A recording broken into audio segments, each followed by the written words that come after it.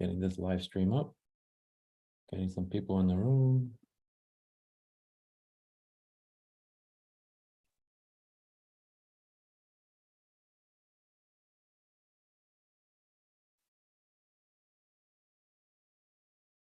Mute myself. All right.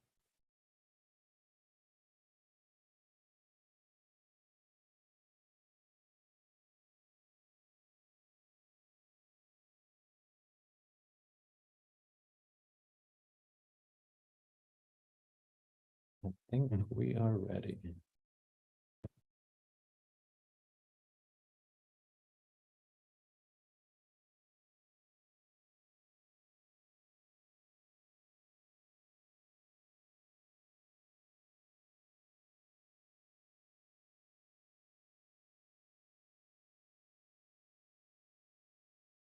Did anybody make it to the Own Your Future challenge with Pace? I swear to God, I didn't cry, bro. No? Yeah. Me either. Yeah, I happen to be there. Those dang onions, right? Yeah. Yes. Somebody who's cutting onions. I hate having a late lunch with onions. That was great. Yeah.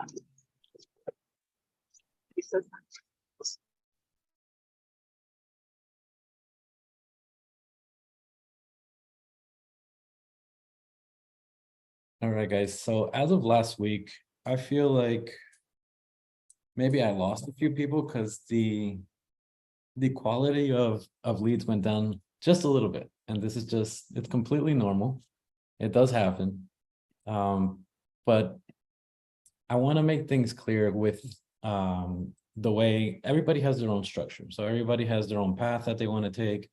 Some people in here are just want to learn what wholesale is. This is probably not your best avenue to learn that.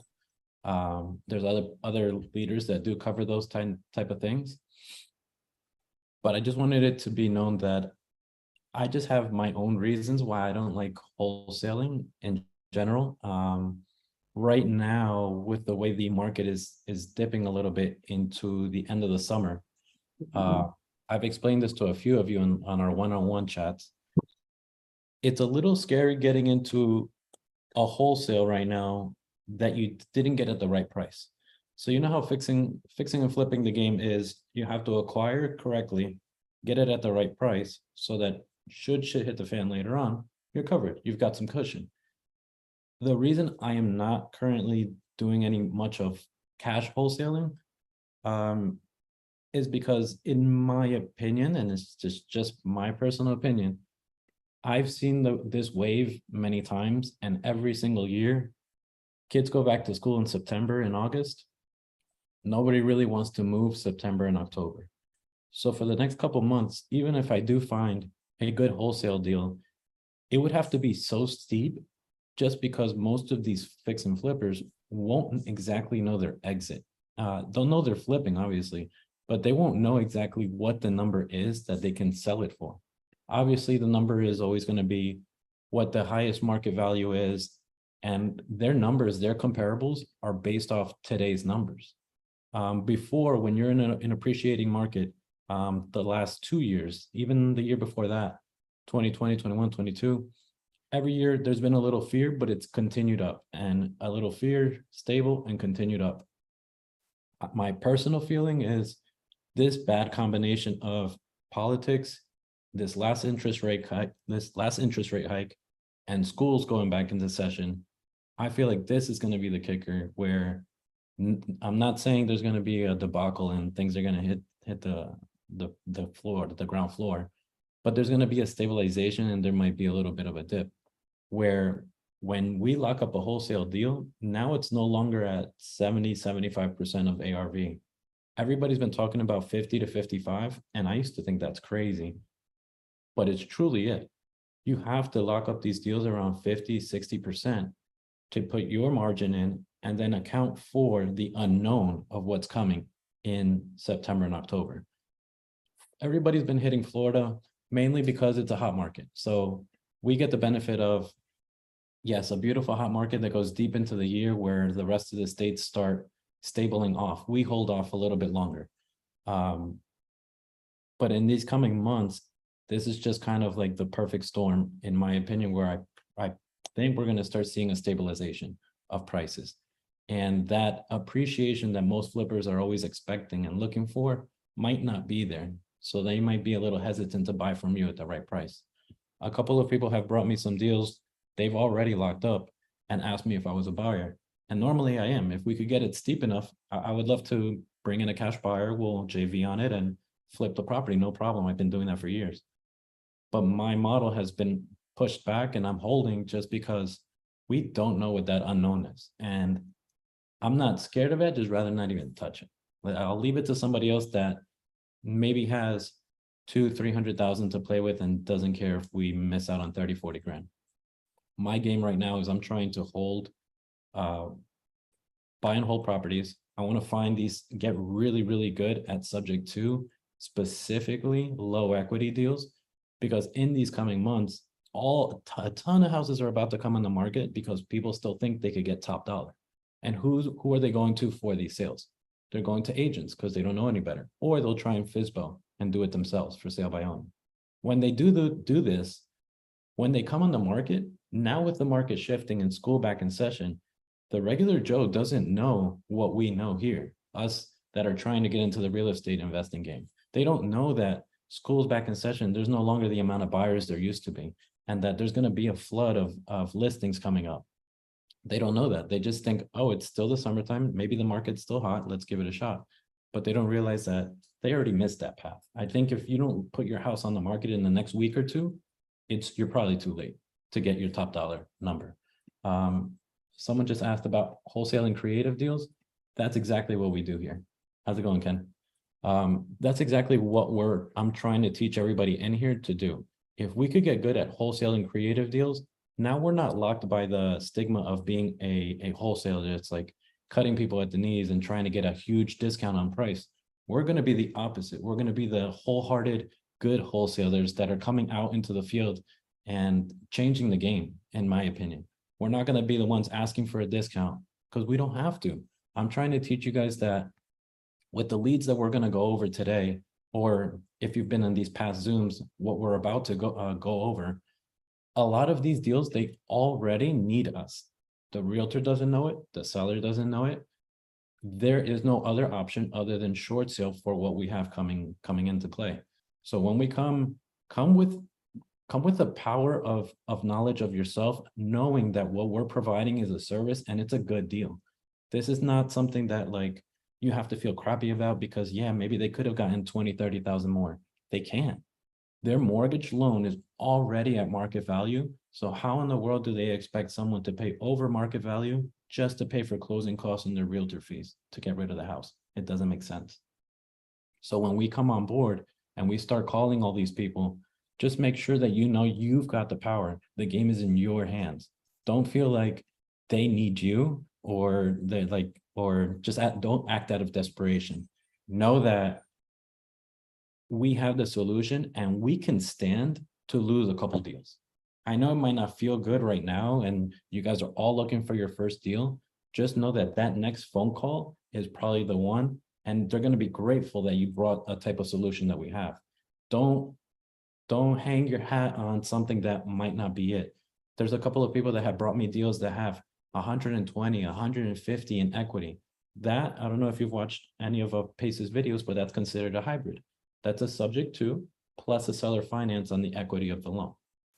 When we have a situation like that and we have sellers' mindsets, we're still right now in the summertime pricing, they're going to try traditionally and their realtor is going to know, their realtor also is in the summertime mindset thinking, we could probably unleash this beast and try and get over asking or try and get as much as we can on the traditional market. Let them try it. Wash your hands of those people. Let them go. In the end, I promise you, if you be kind, if you just get an email address and say, hey, I just want to submit a backup. I know you're on the market. You're probably getting a ton of people walking through. Do you mind if I submit a backup offer that could possibly net your seller more money than a traditional offer?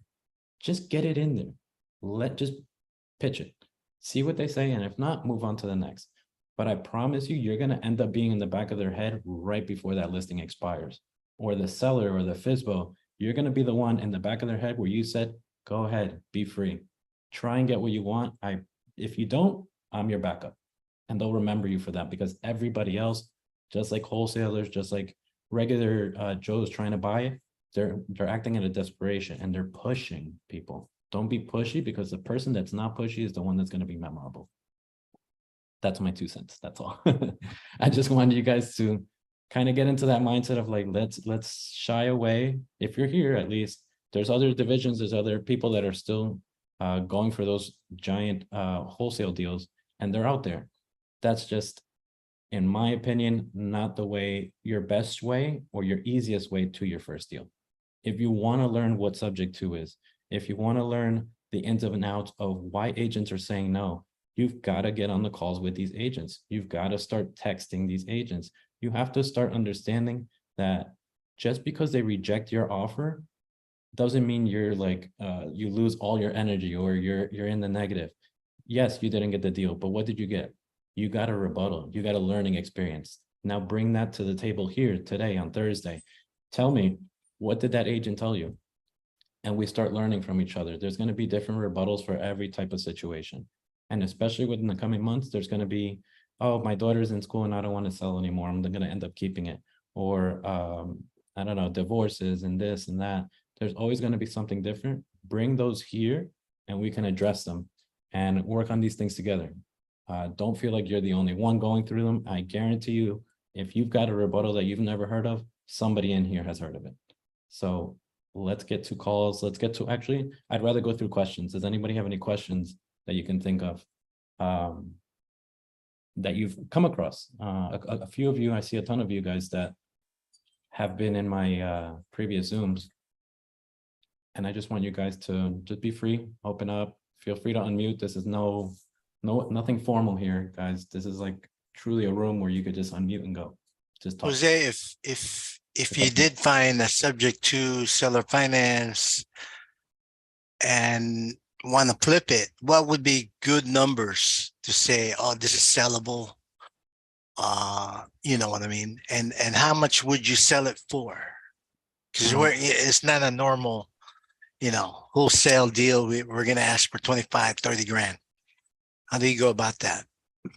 Okay, so you're talking about wholesaling as in wholesaling, flipping a creative deal. Yeah, correct. Flipping that, flipping that subject to however that is. You could, but remember, you're gonna have to get that price down quite a bit. So you're gonna have to convince them that their equity is not worth their equity. Get it down enough where you can maybe do a little lipstick reno and toss it up on the market again. But remember, you're going to come across the same problem that a flipper is going to come across. What are you going to sell it at? Who is your traditional buyer that's going to hold this note? Who's going to buy right now? If I don't know your market, what city are you in? Sacramento. Sacramento? Yeah. Don't know Sacramento too well. When does school start? September. September? Okay. In September, have you noticed that a lot more homes tend to go on the market than they are sold? Absolutely. They sit there longer. They sit longer. Okay. So if they sit longer on a regular market, this is, forget us, forget a wholesaler, forget a creative, anything. We're just mom and pop, or we're a realtor. Right. They're going to have to get at such a steep discount already, just them. Imagine us. We want to put our fee on it. We have to get even less. What type of fee are you talking about? You said 20 or 30,000 on top of their price? Yeah. Yeah. Well, okay.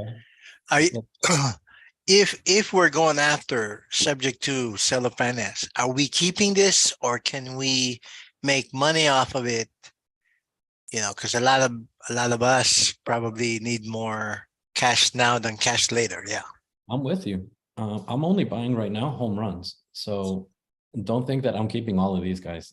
These are all deals that I'm helping you structure, and we dispo this out together to a buyer that's going to hold it. So we're selling these, we're wholesaling these out right. for a fee, but we're not getting these 20, 30 grand spreads like we do in with wholesale? and other types of deals, other regular cash wholesale deals.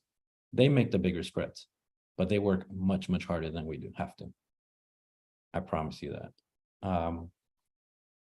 You might get lucky, you might come across people that just did a few calls and they got a homeowner in foreclosure that needed the help and they got it. I mean, it happens. Don't discount it. So if that's your path, definitely go for it. I'm just saying you're probably not going to learn that here because that's not going to be, in my opinion, the safest strategy for me to teach you baby elephants that are coming in and trying to make some money quick. Got it. But you can expect, Rick, maybe like an assignment fee on a creative deal between 7,000, 12,000 bucks. Yeah, that's good. And those things are all over the place right now, like all over the place. I literally just got into a Jose's Zoom. When was it, last week, Jose? Maybe last week or the week before, yeah.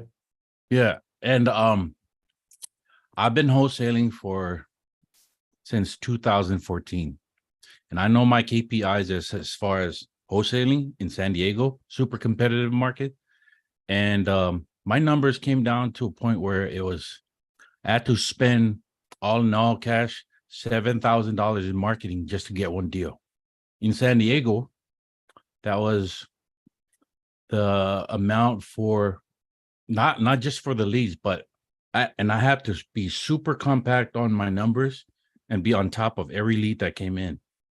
And right now, like it's even more than that because it's super competitive. The market's, the interest rates and everything going up. And so like I was saying, which led me to come here because I was on my dialer 5 times a day, like 5 hours a day, every day.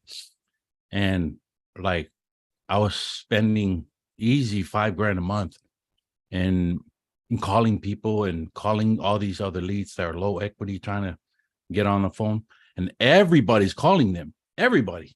And then I just happened to come in Jose's Zoom, and like he literally just pulled up a list, a small, like super targeted list. It's like 8 of them, yeah.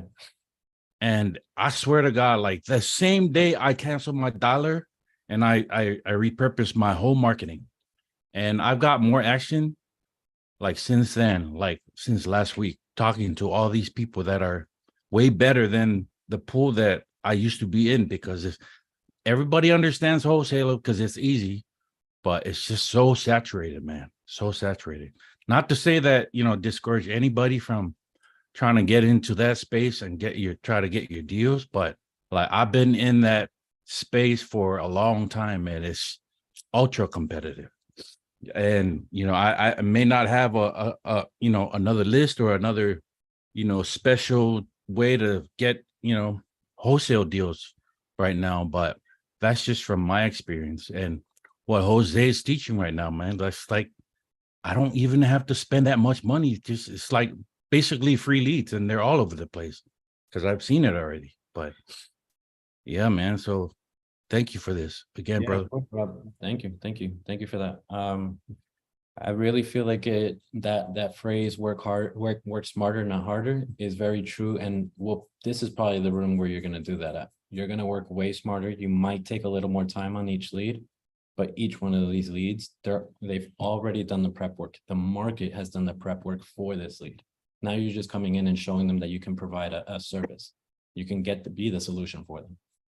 That's it. If you get past that, I mean, it's not the same as like wholesaling a 5,000 person list. Are you looking to sell? Do you have 2 or 3 other properties? Are you looking to sell? Do you have 2 or it's a game, and it gets kind of tiring and it wears you down. With this, you could just kind of, I mean, you'll take a couple hits here and there. There's going to be agents that are going to be down on you, but whatever, you just keep it going. I mean, it's their loss, because most of the time you go and check out these leads that we're going to hit today.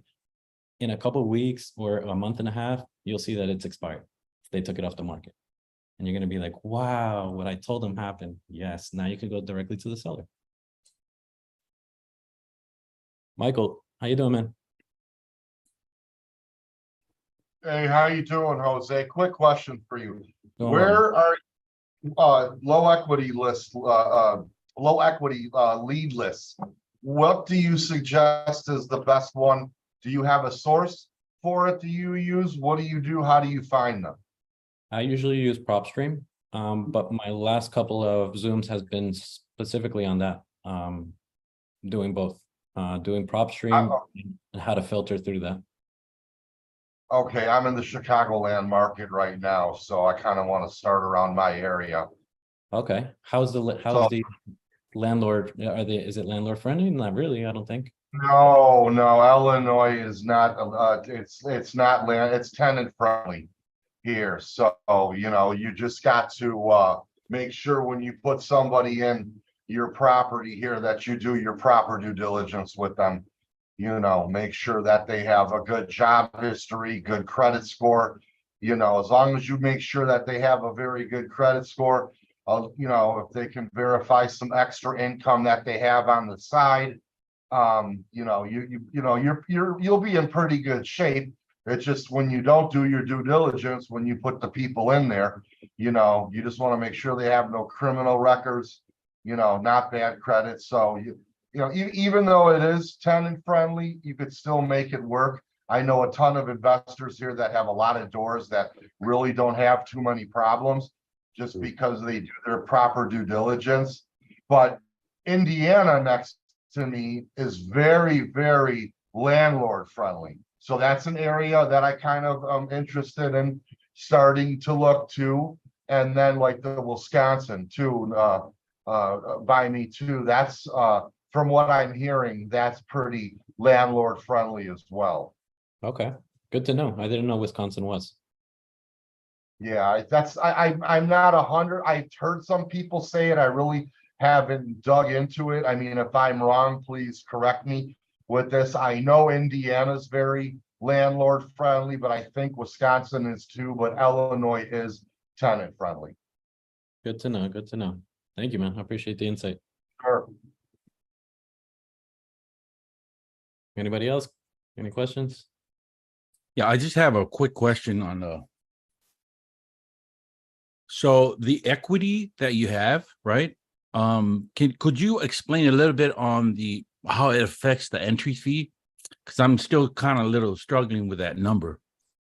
And then, understanding what the equity is there and how I set up my fee, right? If I'm gonna, because I just want to gain some experience in wholesaling these and offloading all these, just so I kind of understand how to gauge how much I should keep, for my fee, and then how much I should give like the investor with the amount of, you know what I mean, with the mortgage amount that's left, with the interest, the rate, and the loan balance, all that stuff. So I'm almost there, but I'm like, it's still kind of blurry a little bit. So if Do you you could want to do it on a live lead? say what now? You want to do it on a live lead, like a live example? Do you have anything? Yeah, please.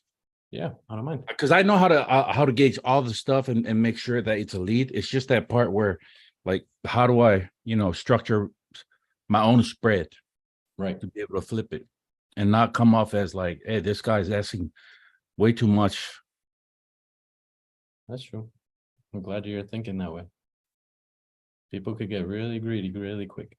Yeah, right.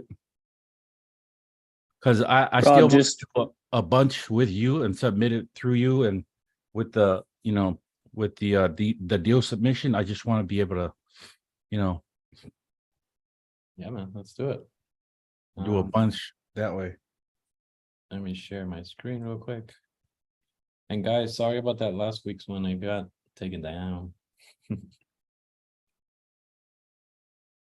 I was pissed, Jose. I had to hop to a different meeting and I had you guys on in the background. Then I came back and my brother was saying you got like 3 soft commits on the call. Wanted to see you in action.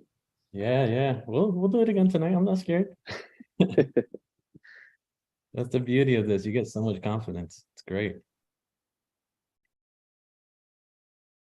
You couldn't catch me dead hosting a Zoom like this. I was always scared of failure and stuff like that. Now it's just like, man, everybody goes through it. Right. Everybody goes through it. told my wife I was on YouTube. Then YouTube took down the video.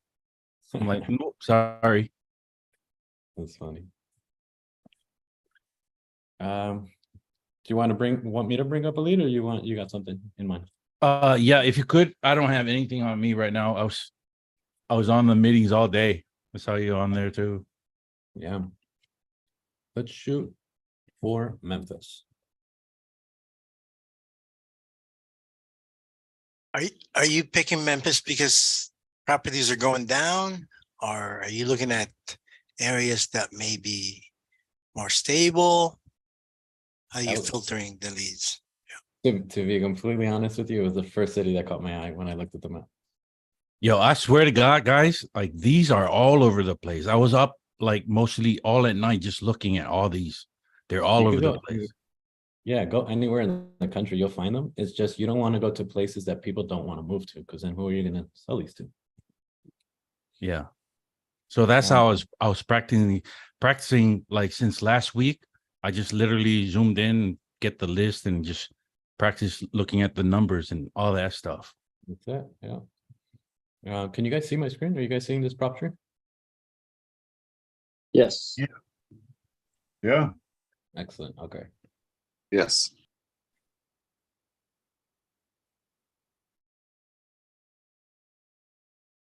Go through. We've got filters here. We're going to go single family. For those of you who have been wondering about the filters. MLS status date. I go back to the beginning of last summer. That was the very beginning of people making mistakes, still buying really high. It ended up ultimately being at the end of this, caught the end of the stick. Failed listings, ownership info, individuals. Equity, we're gonna go to 80%. Mortgage info, conventional, FHA, VA loans.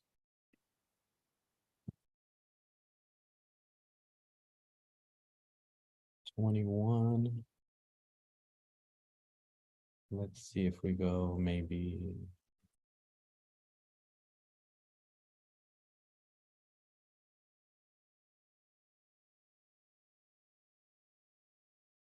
I want to kind of weed out. I put there the last sale date. I've been adding that lately just because there's a ton of people that are we're going through leads and they just bought this year. So we want to try and avoid those because we're not going to talk to them anyways. If they purchased this year, they're a very high likelihood that they're trying to sell. Highly unlikely.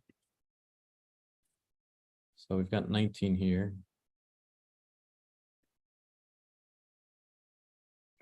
What's the chat looking like? Sorry, guys.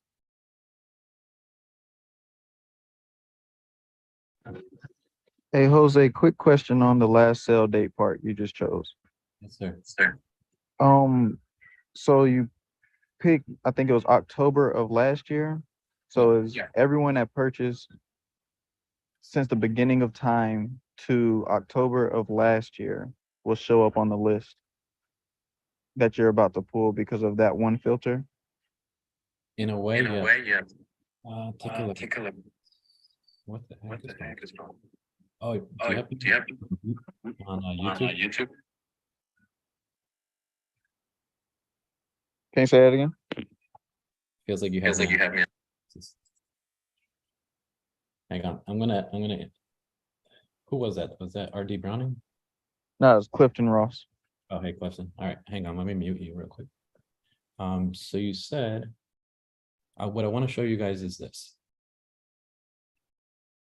We're looking at MLS status date. So after May of last year, they tried to sell it, but they also purchased October or earlier.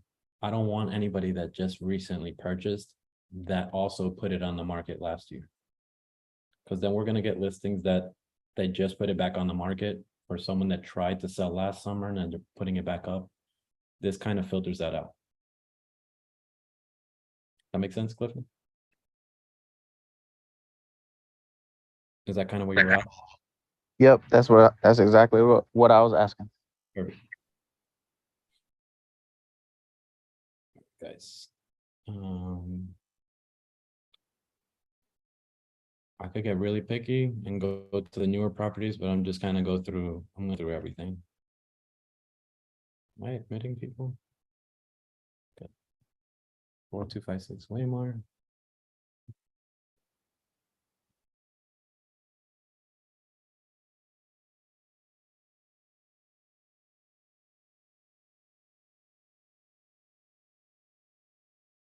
Right, we've got a home on the market for 699.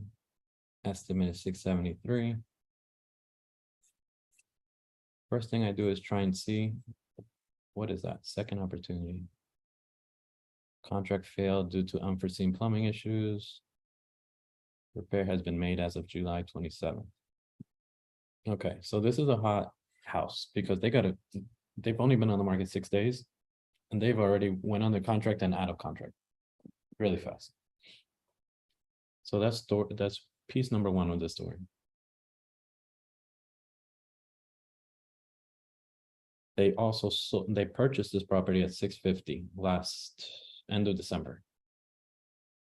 So we're probably gonna run into a low equity situation. So what we do, for those of you that have a calculator or pen and paper handy, we're gonna do 699, which is the list price.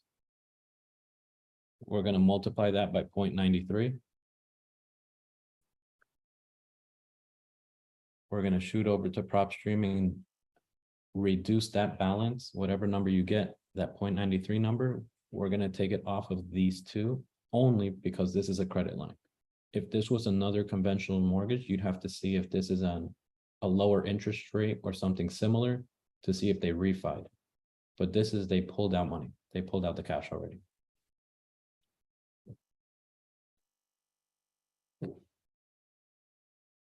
Can you clarify what the 0.93 is? I should know, but I'm just No, not clicking right now. we've got 2.5% commission because these are usually low equity deals. And most of these realtors are gonna have to go to their sellers and say, hey, this is your net sheet. If they're good agents, you show a net sheet, you show the seller what this price will net you, and that's per the title company that'll break it all down. So usually the commission is dropped to 2.5, usually. I have seen people that go the full 3. So 2.5 each side, and then another 2% for commissions. Gives you your 7. That makes sense? Yeah, got it. Thank you. Yeah, you're welcome. So what do we have here, guys? 699 times 0.93, 650. We subtract 433,253 minus another 107.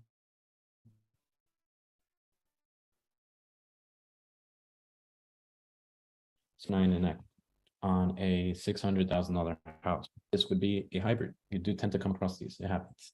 We could call, we could see.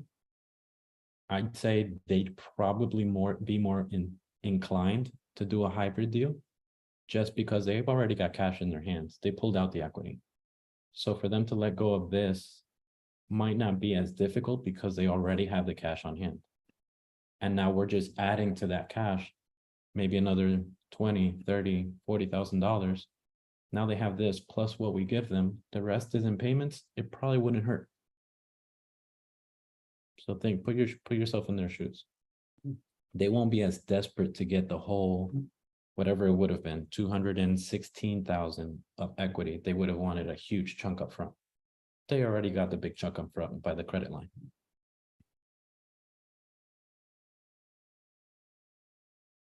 So let's try and give, actually, we could just call this agent directly and see.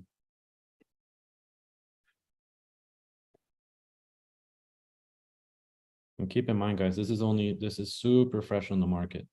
So this might not go. I'm thinking this might not go well, but if it does, a bonus. Calling the Quail Hollow office of Crowley Realtors. Our office hour. I hate when they put an office number. Let's just move on to the next. But you guys got structure on that one, right?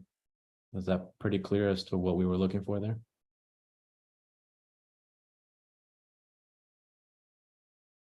Move on to No. the, What would you say you were looking for? we were trying to look for a smaller equity, number one. And the fact that it wasn't, it's okay. Move on to the next, because the likelihood that they would have said yes is lower. I don't want to put myself in their shoes, but it's just the likelihood, that's all. And I'm trying to get, I want to get you guys a good live call, Thank you. of course. 5391, they're on. Before I move to that one, for Brandon, you got a lead you want to show? You want to share?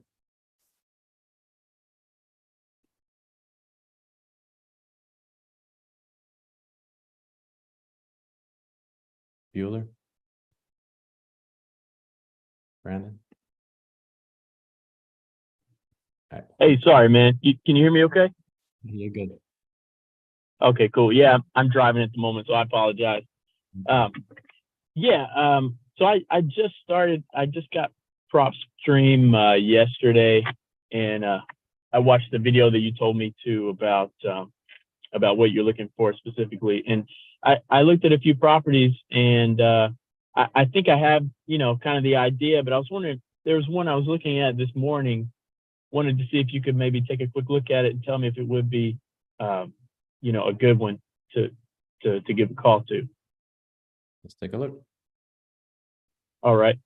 It's 28563 River Glen Court. And that's in Menifee, California. Menifee. Got it. Yeah, I did a little back and forth with Zillow and tried to follow what you were doing there. I just wanted to kind of get the idea from you. Okay. This one is not listed from what I see. So that particular video you were looking at failed. Yep, this one failed. And that just basically means that the time ran out for that agent. Yep. Okay. So that time ran out end of February. Tried to sell it. They tried to rent it for 2,700. They originally were trying to sell it end of last year for 545, and they couldn't get that. So we're gonna Yeah, go I back. saw that. Let's go based off of that. Let's do same thing. 545 times your 0.93. We've got 506.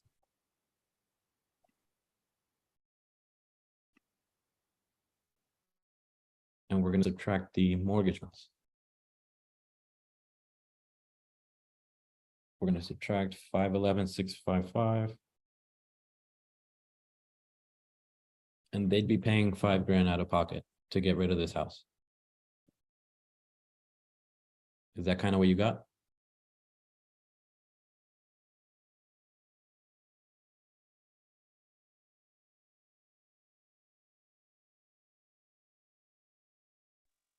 Yeah, sorry. Yeah, I believe I got the same numbers. Okay. So now that we clarified and we qualified this is a good low equity, we have the advantage. Now we have to make sure that this works for us. So we look at the rents. Okay.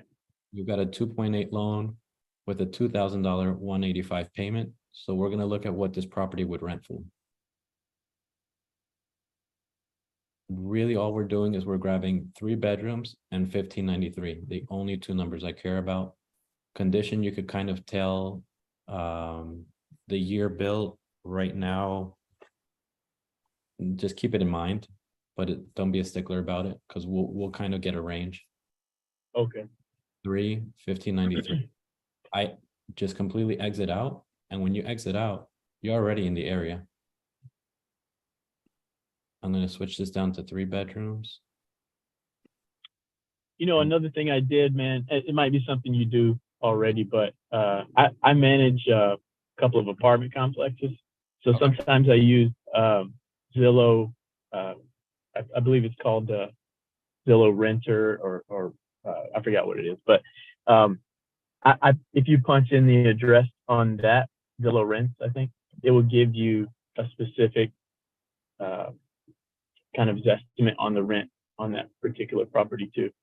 Okay, thank you for the tip. Yeah, it's a little bit of a different. It's different from the sales part of Zillow.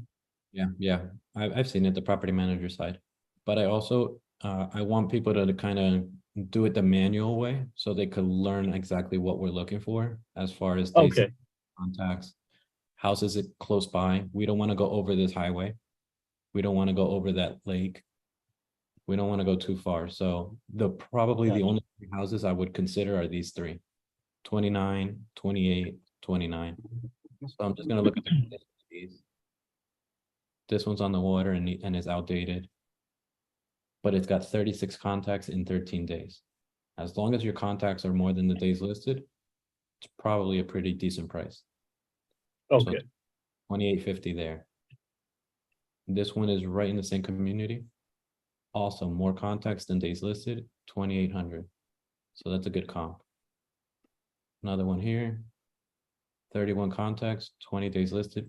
If all three, the first three nearest to the house, all have more contacts than days listed, there's a huge demand for rent in this specific area. So that's a great thing. Now we just got to make sure the price matches and it's good to cash flow. So we're at 2895 there, 2800. Let's average it out and say 2800, maybe take off $100. Let's say 2700 to be conservative. We go back to prop stream. We look at this loan payment, 2185. Remember, this is only principal and interest. Cali has really high taxes. So we would have to check with the homeowner and confirm that this is the PITI completely, or if it isn't, what their actual total payment is. Gotcha. And now that we have this in mind, we've got the 2800, 2700 in mind. We know that if they say, oh no, my payment's not 2185, it's 2500, boom, disqualified. We say, hey, thank you for your time. Unfortunately, we're probably not your best buyer. Yeah. And we're not. They can try Okay. and see something with that their payment is actually this, and we've got 2800, 2700 in rent. Now we've got a $500 spread and we're okay. We've got some cushion for rents to go down, property management, private money. We've got room. Great, man. I appreciate that. Yeah. And real quick, how much generally, what kind of spread are you looking for? Try and keep it to $500. I'd say 300 is actually pinching it just because we're gonna usually raise the money as far as the down payment and all that. Or Okay. we've got partners to partner up with, and this would be like a 50-50 split. Nobody's gonna really want to spend or raise 20-30,000 for $150 a month. Try and put it up to 500 so it's juicy. Great. All right, thanks so much, man. Yeah, you're welcome. I hope that helped everybody. That was a good example.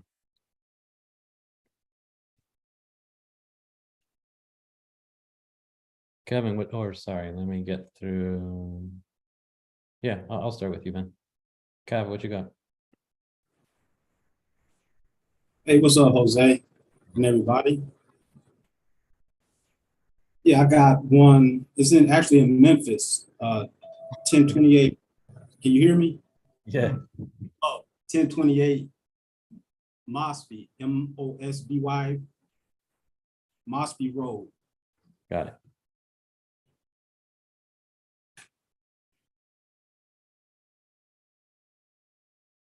Rogelio, I promise I'll get to you next, bro. 28 Mosby.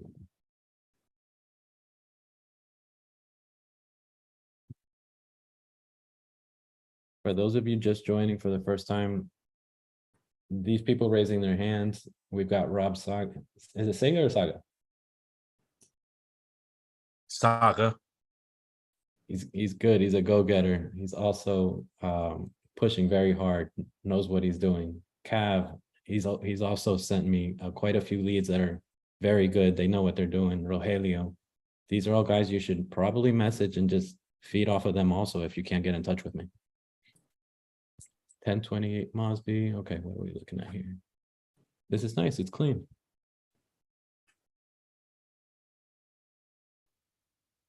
Okay. That's a great zip in Memphis too. Is it? Okay, good. Good to know. They tried beginning of the year at 225. So being that it's not 225 and their price was pretty close and Zestim is 218, I'm gonna do these numbers based at 220. Times 0.93, we've got 2046. Yeah, fellas, put your contact info up. Don't worry about it. Just throw it up there, put your Instagram, telephone number, whatever you want.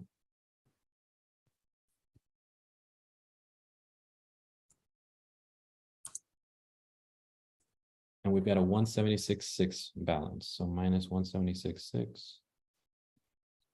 28 grand. So their spread is 20, that what they would sell, what they would get to their pocket is 28,000 after closing costs and commissions. Selling it at the market price, market value. Being that it's 28,000, that entry, if that's what they're truly looking for, we're probably not the best buyer. 218, if 220 is the value, the most that we can enter this property for is 22,000, including all fees. So Cav, this one just misses by a little bit. All right, I'll keep looking. That makes sense? Yep. I'm gonna go a little bit further, and just because this is close, I'm gonna see if the cash flow is huge. Sometimes the payment is really, really low. We've got an 821 payment. That's pretty good. I'm gonna check what this house would rent for. If it rents for $1,500, and that's truly the payment with taxes and insurance, people will pay 11 or 12% because this smaller deal is less entry with a higher cash flow. So don't totally discredit it. Let's check it out. Just do the quick extra step. Let's rent it out. What is the square footage on this bad boy?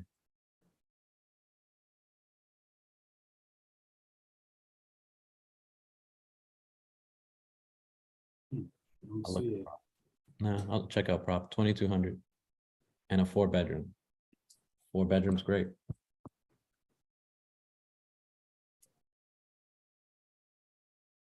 $2,200.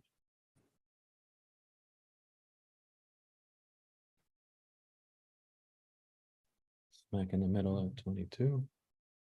Let's zoom out and see what we get. It looks like Elvis Presley is splitting these two. So we're going to go to the left where the subject property is on this side. We were at 2,200 on a 4-bedroom. This is 2,500 on a 2-bedroom. On a 4-bedroom, sorry, what am I talking about? 1,450 rent. A ton of contacts. And it's pretty clean. So that's a good sign, 1,450. But it's got a little more square footage in us. This one also has more square footage and it's 1,600. Also, look at that. Contacts to days listed. They've just had a bad luck of the draw, but it's pretty close. They've gotten traction. Maybe it's just a good deal, but it's ugly. You never know. So with that being said, what do you think, guys? Let's pretend we've got the house. What can we rent this thing at?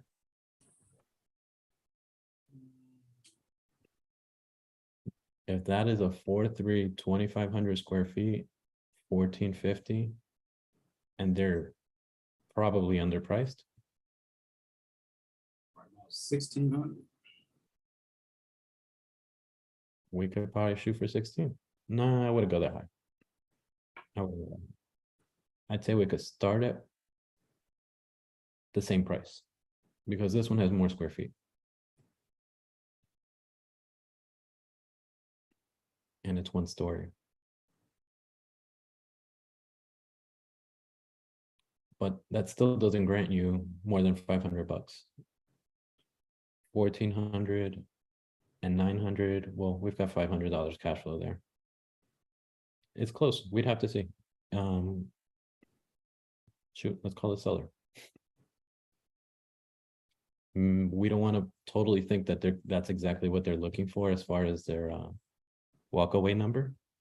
So let's just call and ask. It's worth it because the cash flow is there.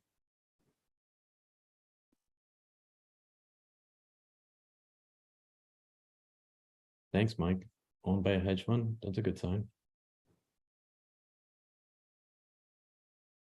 If hedge funds are around, they're trying to rent out all the properties. That means it's renting well.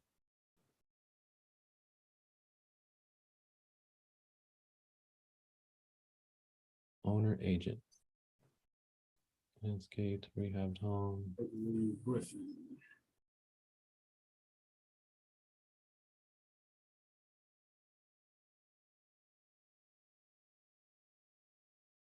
All right, guys, I'm gonna pull up another window on the side since I can't show any info.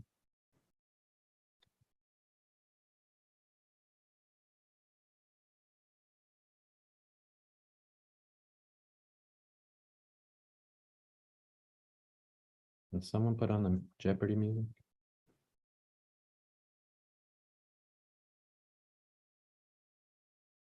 Let's see.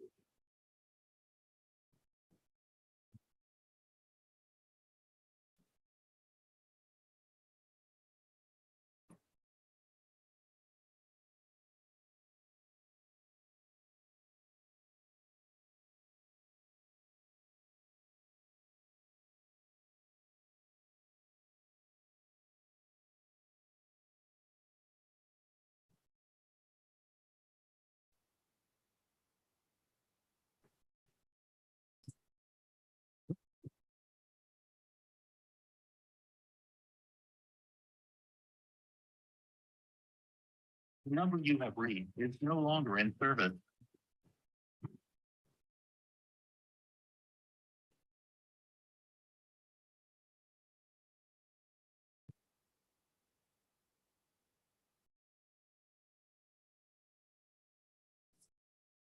We're sorry, you have reached the number that has been disconnected.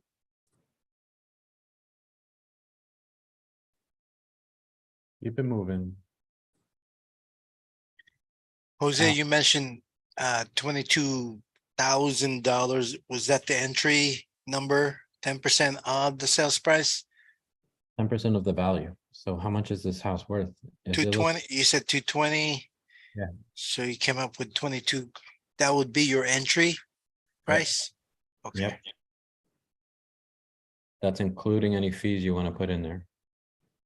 But that's something like you don't offer that right away. I mean, You don't Right. offer, you don't offer that at all because you're gonna have to go less. Whatever your fee is included in that. Whatever the realtor's commission is included in that. So figure out what those two numbers are, your fee, if there's a realtor involved, take that out of there and see what they're okay with.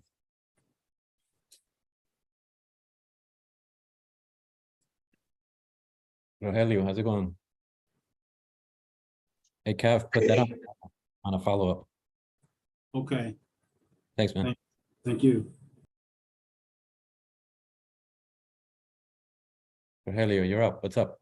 Okay, well, I had a question about the PITI, but you answered that by saying that the payment, it's the payment and it could or not include the insurance and the interest and all that.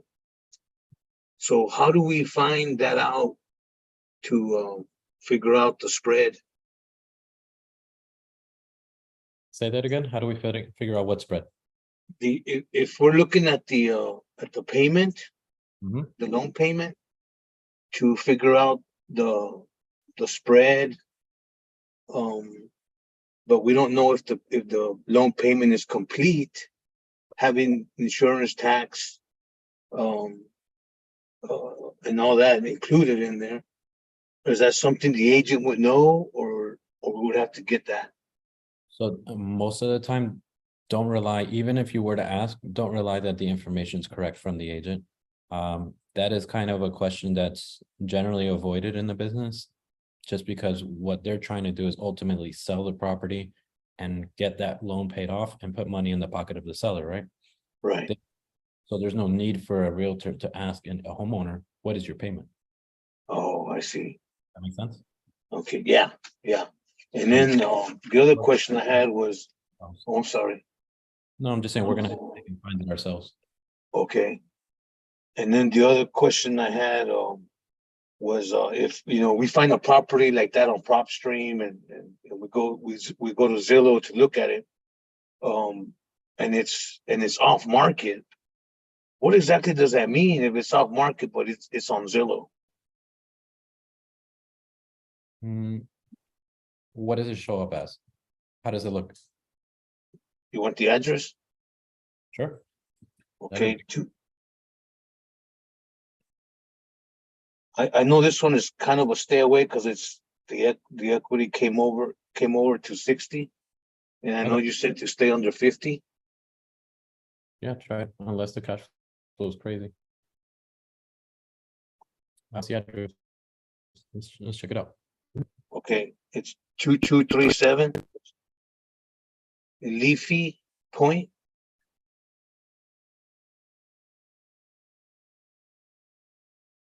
Sorry guys, my computer's freezing. I got too many videos on this thing.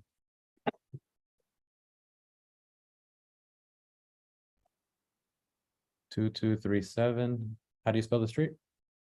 Leafy Point. El Paso. Okay, so you're saying it's on market, but it says off market here? How do you know? I found it in PropStream, but when I went to Zillow, this is what I found. Okay, so if it's off market on Zillow, generally this is the most updated information. You said PropStream shows that it's on market? No. It just came out on my list. Yeah. If it's off market, you're reaching directly to the owners. Oh, okay. So that's when we use the skip trace tool. Yep, exactly. Okay. And then we just talk to the owner. Talk to the owners. In this situation, what do we've got? Let's check out the loan. 2237 Leafy. This is good, guys. I'm glad you're bringing real properties to go look over. Yeah. Situations we look up, the more it'll help everybody when they go out on their own.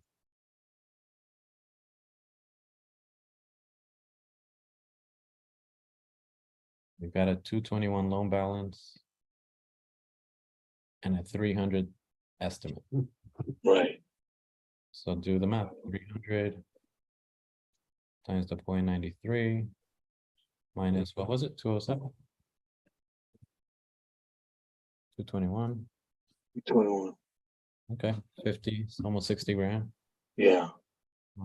Yeah, if the payment's low, man, I know for sure this property will rent out like 2 grand. This is 1,000 cash flow. Really? So this would be a situation where you don't want to toss it to the side either. You just, let's talk to them. Let's see what's up. Okay. It's worth it. All right. I'll give him a call or look for the owner. Yeah. Let me know if you need some help. We'll go on this. Yeah. Okay. All right, man. Good job. Yeah. Thank you. Somebody else had a question. What were we looking at?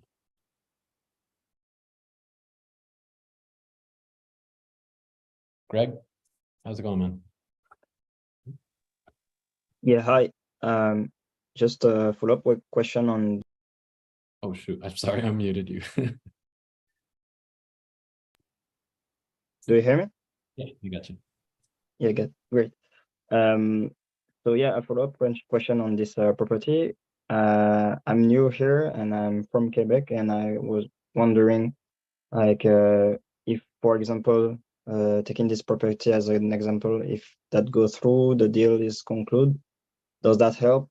That, for example, the previous person have someone that goes directly to the property to visit to see the condition? Yeah, especially since you're over there, you're gonna need boots on the ground, so put in in the group. Hey, who's in this state or in this city? And just take a look at it. Put some eyes on it. It's good. Okay, and how does that work? Do you need to have like a JV agreement on that, or how do you structure that usually? Not just to look. Generally, I'd say everybody here would be willing to go take a look at it on their own time if they already live in the city. I mean, really, you were just driving by and using our own route that we're already going. So if this Okay. house happens to be the house you're talking about happens to be on the way to work, I'm sure somebody would do it if you pay their gas or you give them 30, 40 bucks. Okay, that's cool. That's cool. Yeah, I So was looking. Yeah, I have interest in Florida specifically, so that would help. Yeah. wonderful, man.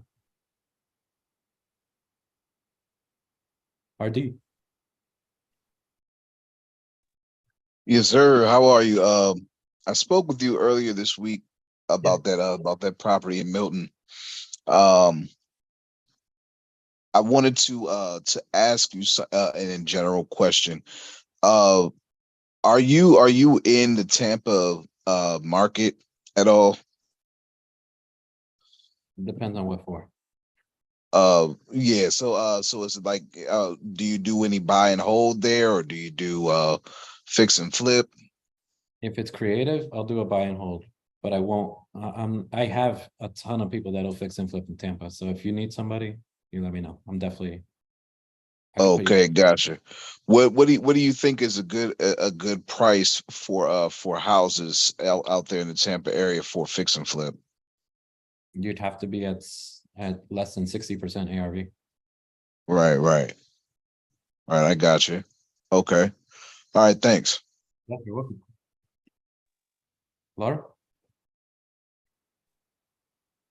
Hello, can you hear me? Yeah, I got you. Okay, good. Okay, so baby elephant here, totally new. This is my first time attending your Zoom. So I'm trying to pick up the pieces and try to understand. But can I give you an address that I'm curious about? Absolutely. Maybe. Yeah. It's 3487 Braemar Lane. Braemar Lane. And it's in Corona, California.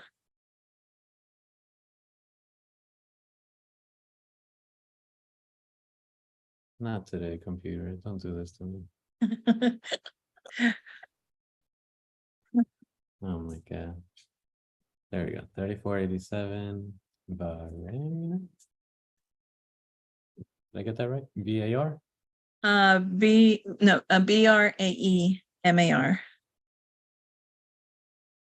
Yeah, that one. Okay. I love the green carpet. Yeah. Okay. You want me to check if it's low equity or what do you think? Yeah, low equity. And then I'm not sure what strategy like I was following how you're calculating the numbers. So I'm trying to understand. I'm glad you asked. Thank you. 3487.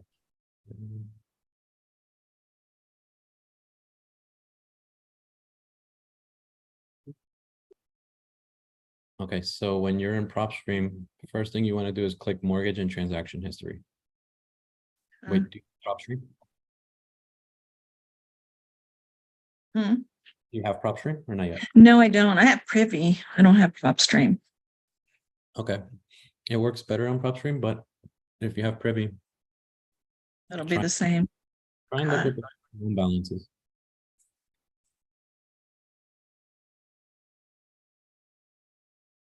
The loan balance is 609 from what I'm seeing, and they've got $1 million.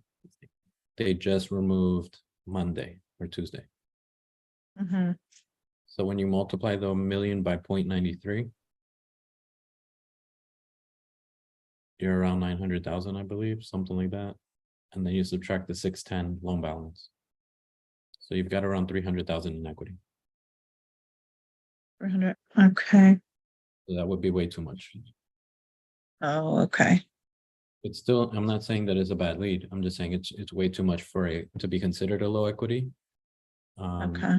And for it to be an easier lead. It'll just be a little bit more of a slightly difficult conversation to get somebody to take payments on that $200,000-300,000. Okay. All right. Okay. Okay, I think I'm just trying, what strategy is this? I mean, just trying to, This is subject to. okay, The specific one where you chose is hybrid. So hybrid means you're gonna take over the loan, subject to, and then you're gonna sell or finance the equity on it. So okay, it's combining both methods. okay. All right, yeah, that's what I'm trying to understand, like, just trying to wrap my brain around all this. All right, well, thank you. Welcome. Guys, a straight SubTo would be basically what low equity is. No seller finance, just taking over the loan. Oops, what did I do? Sorry, Laura. Zach, how's it going, man?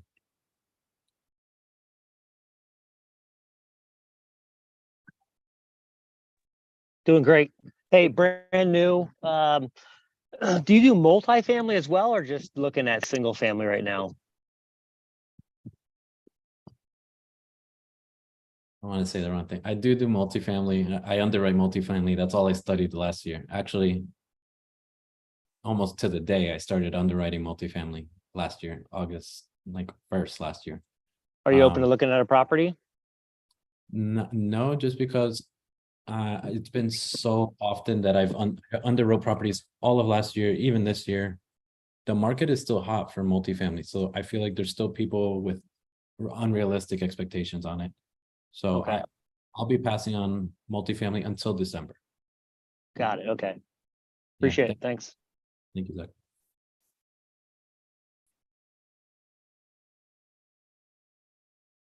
Sorry, guys, haven't been looking at the chat. Is there a max price you filter for? The max price, Brandon, that I would filter for is, what do you think that city represents? Is it a high quality city? Is it something like LA with 4,000 or 5,000 is a regular rent, regular monthly mortgage? Or are we going up to $1 million in Ocala, where people are normally in like the 2,000-3,000 range? You gotta judge by your market. And try not to go into the luxury space, just because where this is about more of making sure that the mortgage is paid but for the owner. So you're not really looking for home runs on high prices. Yeah, you're welcome. All right, guys. Any other questions? I'm gonna get back into it, see if we find some more stuff. Do you want me to go back to Memphis? Want me to go to another city? Memphis is looking a little weak. Can I ask a quick question?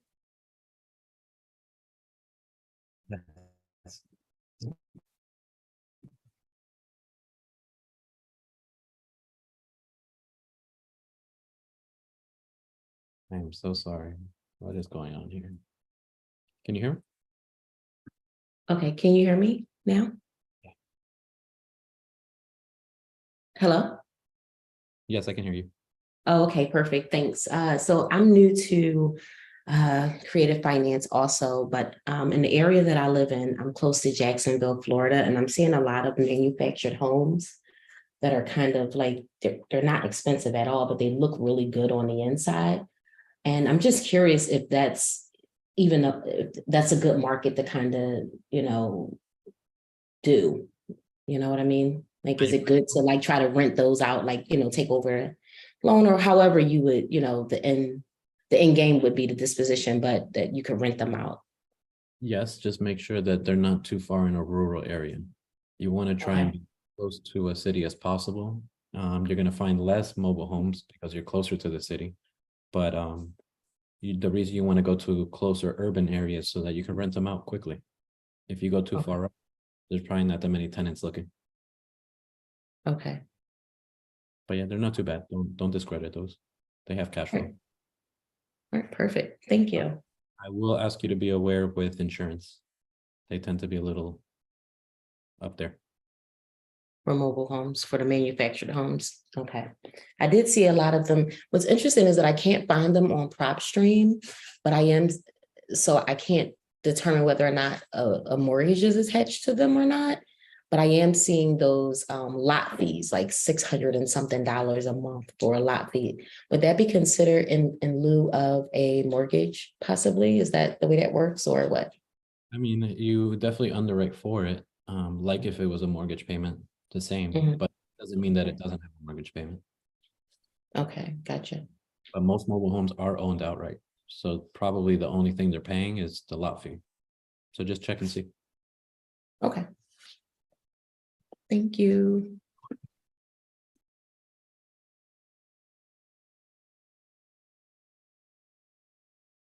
Okay, guys. What percent of equity is good for SubTo? At what point is there too much equity for SubTo? There's never enough. There's never too much equity for SubTo. It's just what the owner's willing to do for you. And what time is the time? What is the time for a hybrid type of deal? So I would say it becomes a hybrid the second you have to make a payment to the owner on the seller finance portion of their equity. So here's an example, Rez, a $200,000 home. We've got a $190,000 mortgage. If you do the 0.93, there's probably not much left. If anything, it's negative. So that is a straight SubTo because you're taking over the loan, giving the owner a down payment of some sort, and no monthly payment because there's not extra equity needed to make a payment. After that, anything over whatever the 10% entry would be of the price of the property, that would all be considered hybrid because that's all equity on top of the home itself that we're not taking subject to, but we're seller financing the equity.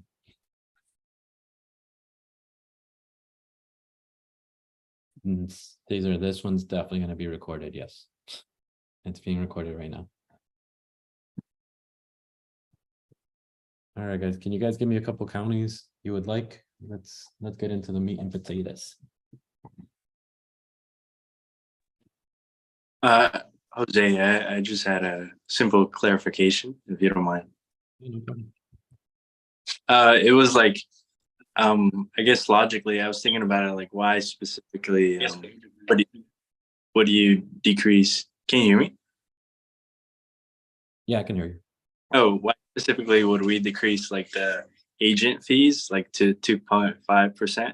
So at like lowering it, we were kind of like testing it that the seller would receive like their maximum amount, basically. And then from like that's the maximum amount they could ever receive in the transaction. And then from there, we're like subtracting the mortgage.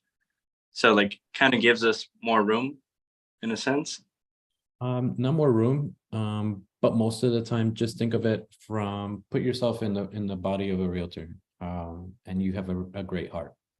If you see that your seller, after closing costs and commissions, you're getting a check, the title company is getting a check, and the mortgage is getting paid off, but the seller is left with nothing, and you charged 3% commission, do you feel okay? You probably did. You did a service, you deserve it. But there's other people that would lower their fee just to give the seller a little bit more room to be able to get maybe $2,000 or $3,000. And now they have money for moving expenses or the down payment for the next place. I'm generally saying that most realtors, when they see a deal like this and a low equity situation, most of the time when you represent your seller, you will drop your fee a little bit just to make sure that they're okay. Does that make more sense? Yeah, it makes a little bit more sense. Yeah. If the realtor was to charge 3%, they'd definitely probably not walk away with anything. You just make a little bit more room, you charge less to your seller so that they could walk away with something. Yeah. So like, yeah, so it's like the maximum value they could receive, like the seller. Yeah. Okay. Makes sense. Thank you. Okay.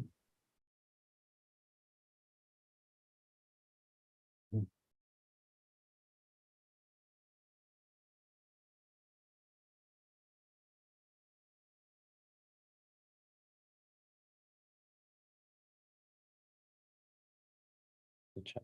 Okay. Oh, sorry, I didn't pick it. What are you guys looking at? Citrus County.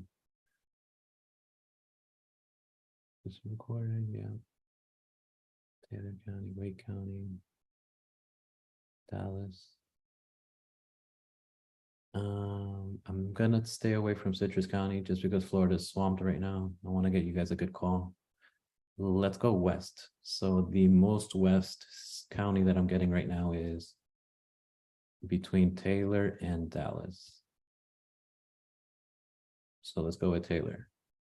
Okay, we'll go with Riverside after.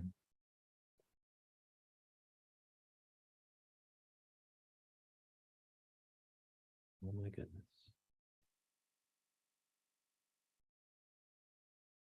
All right, we've got a decent amount here. What are we, where is this? Where are you sending me, Rob? Okay. West of Dallas. Okay, let's look. And I can't, oh, Abilene. That was off of 150,000 population. Okay. Yeah, I think Pace did a meetup here once. He was like, that is way out there. 326 Bella. Let's take a look. Oh, a quick tip for you guys. Oh, look, it's my last name. A quick tip for you guys, as you're looking through the leads, you're probably going to want something around the 40-50 range for those of you that are new into the Zoom. 40-50 on this column, this middle column, or less. And if it's negative, same, 50 or 40 or under. Sometimes it's like 120,000 under. You're probably not going to be able to catch it up. Like this one, 1.7 under. What are we going to do with that? How are we going to fix that one, you know? But take a look at every lead, my suggestion. Just know going in, this is what you're looking for. These are probably your better leads. Right here, right here. Most of the time will be your better leads. This will probably turn into a hybrid. 326 Bella. Let's jump in. Yeah, I found searching by population of that amount between 125 to 180. I'm still crunching my numbers right now, but I kind of like the results that are popping off from that. Okay, cool. Yeah, guys, play around with it. It's worth it.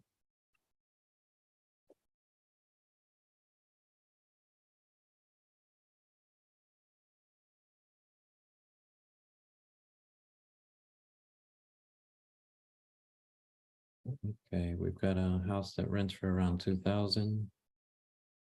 And we've got 1,000 payments. So that's good. Check number one.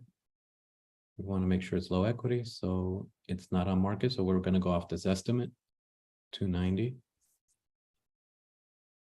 They just tried to rent it and took it off the market last month. So let's see if they rented it. And if they did, if they're willing to sell it to us with the tenant in place, depending on the rent.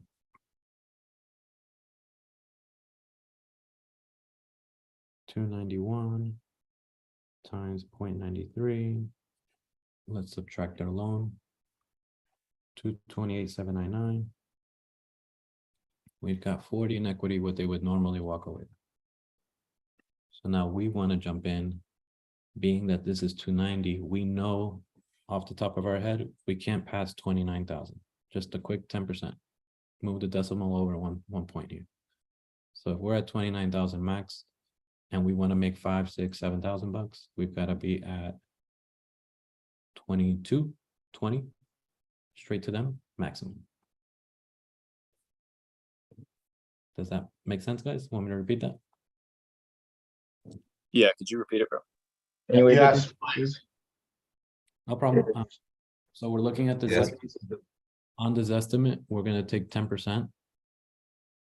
We've got 29,000. Would be our max entry for a home like this. And then you want to also just know that any realtor fees and wholesale fees, anything like that is going to be included in that 29,000. So whatever you're expecting to make, take it off of that number. So if you're trying to do 7, 5,000, 10,000, whatever it is, take it off to 29,000. And that would be your max MAO basically to the seller.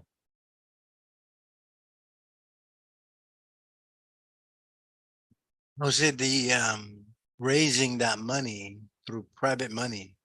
Is that normal kind of number? Like, it's a no-brainer for private money to give you the 10%? And if they did, what kind of like incentive, or do you pay back some kind of rate or return to them, or you JV partner with a cash flow? Nope. So you're paying the owner, you're paying the private money lender through the cash flow. So being that this property has around 800 in cash flow, right? 2,000. We got a payment of $1,000. We've got, let's say, $800. You're gonna end up paying around 10 to 12% for a private money lender a year on the money. So let's say we get, what is it, 29,000? And we want to keep this, so 29,000 times 10%. You're around a 240 payment.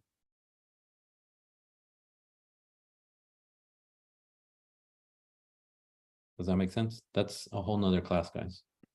But I just want to go over that and answer your question. Yeah, thank you. Yeah, man. You're welcome. Jose, can you do a Zoom call on that? Yeah, no problem. I don't know if I could go. Actually, you know what? I'll bring somebody in. I'm gonna bring in a SubTo guest for you guys, just on private money. She would love to get on here.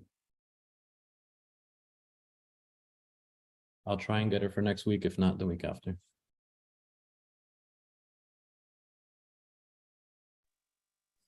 So just to understand, so you gotta raise the 10% through private money in order to pay all the closing costs, the commission, all of that. That does not come from the seller.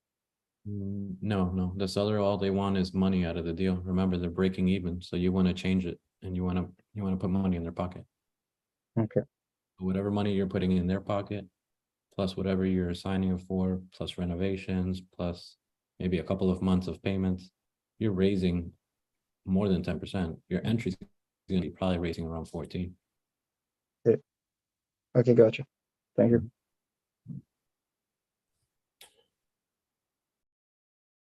Where am I? Okay, so we got 326 Bella. Let me try and get a phone call in.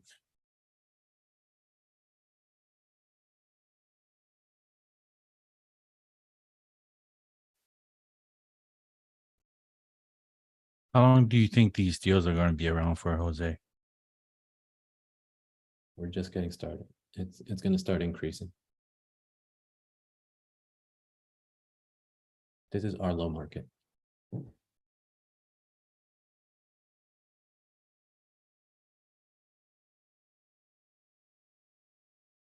I'm sorry, but the person who called has a voicemail box that has not been set up yet.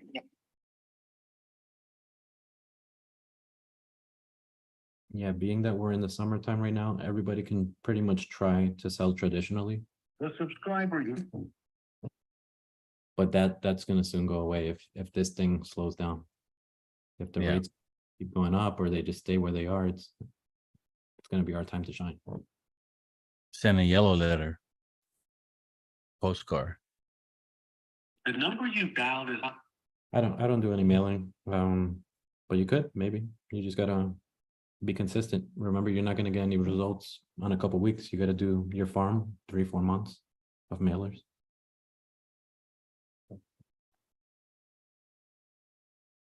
I'm just saying the ones with you can get the whole of the number.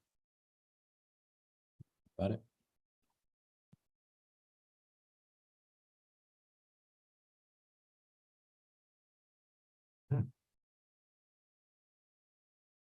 What skip trace do you recommend? Oh, sorry. Hello, Hi, I was looking for Jesus. wrong number. All right, thank you. What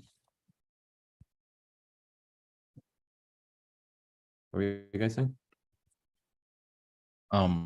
Skip No. trace that you use besides True People Search. Yeah, I could use a couple different services. You could do Vulcan, Mojo. There's so many out there. You could use whichever one you want. I just use those because they're my real estate traditional stuff that I have.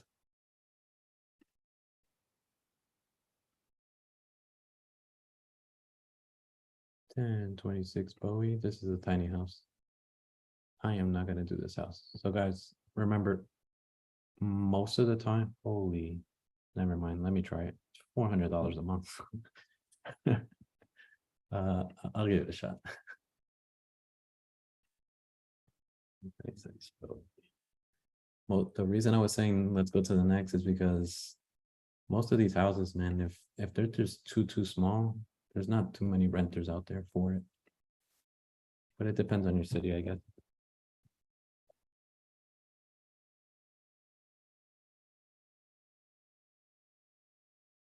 That is wrong. South Bowie Drive.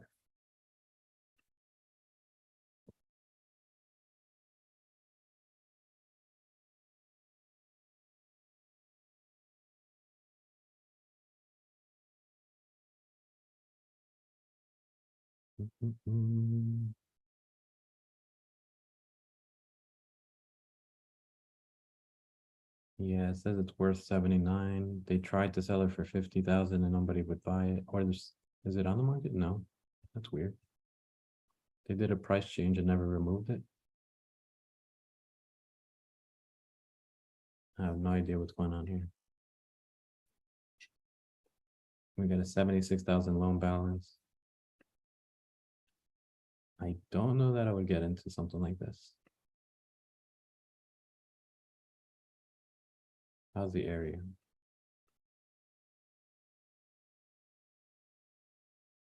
Nice house across the street. Area is okay.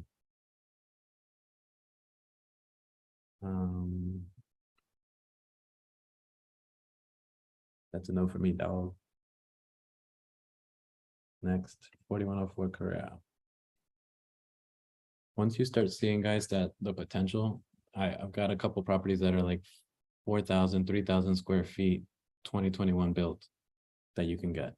You start looking at these other houses and then you have the power. You could cherry pick what you want. 32, 14, 4104 Corral.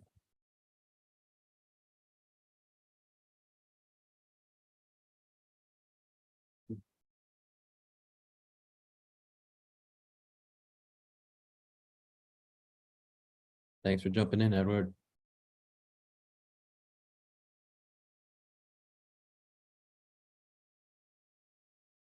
Rent 1,700. We've got a payment of 866. I don't know what this is about. It says unknown default. Let's see. Weird. 3.81. 212 balanced. We've got a new loan at 2018 at 4.4, 82,000. We would not add these together. We would ask and make sure, but I wouldn't add these together. I'm pretty sure this is the new loan balance. Yeah, Edward, no problem, man. 82,000. And we've got a 235 house. Give it a shot. It looks like they've been renting for a while. This is probably a rental property. Let's see if he's tired of it.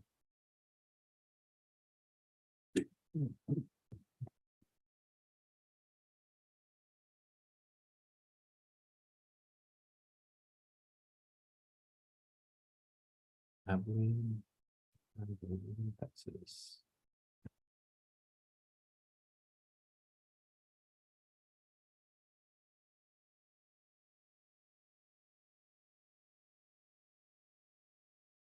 Yeah, Fallen, keep putting in the work. We're gonna get there. Gerard and Rachel.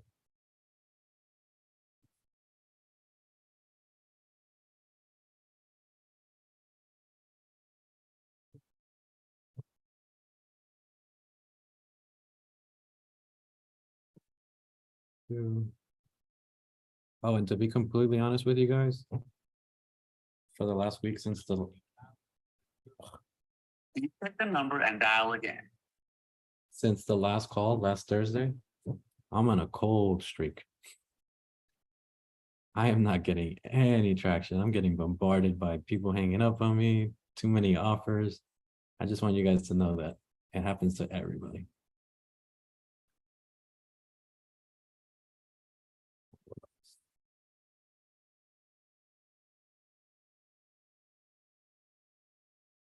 Rebecca?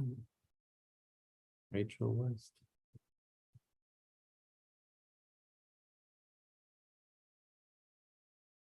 I don't consider it slumps.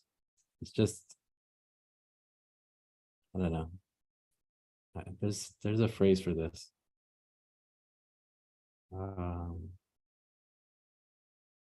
Something lone stump. I don't know. I forgot. They say it in this movie, Arrival. I don't know if you guys have seen the movie Arrival.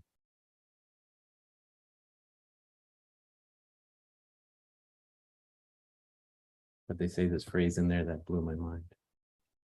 Where everything goes even. No matter what you do, the universe has your life picked out. You're gonna have slumps, you're gonna have really good days, you're gonna have off days, but everything brings you to center. In the end. So try not to pay attention to the ups and downs, just keep pushing.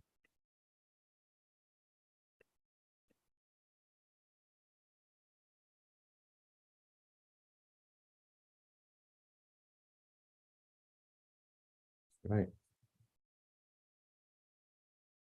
Listing removed in March. Okay. What is going on here? 3101 Oakland.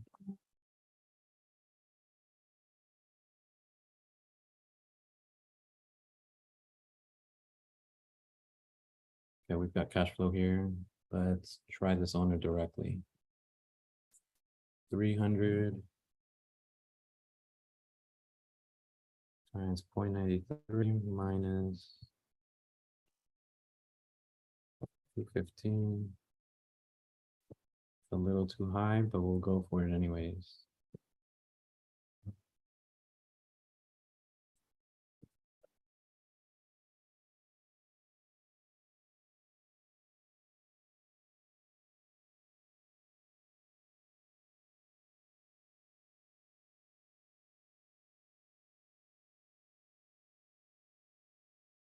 Do you deduct anything for any potential repairs with a SubTo?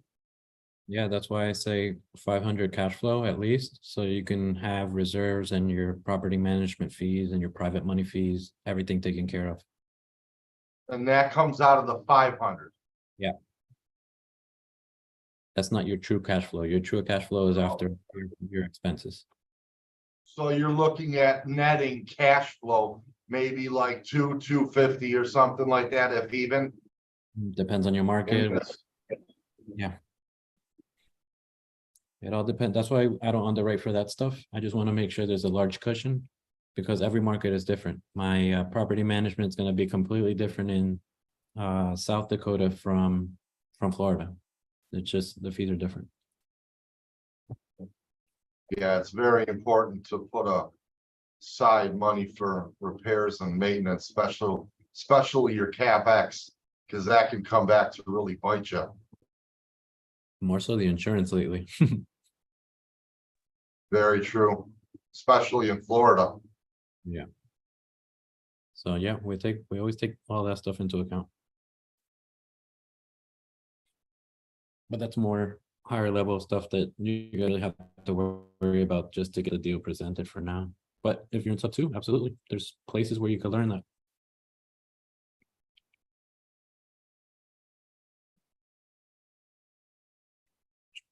Hello?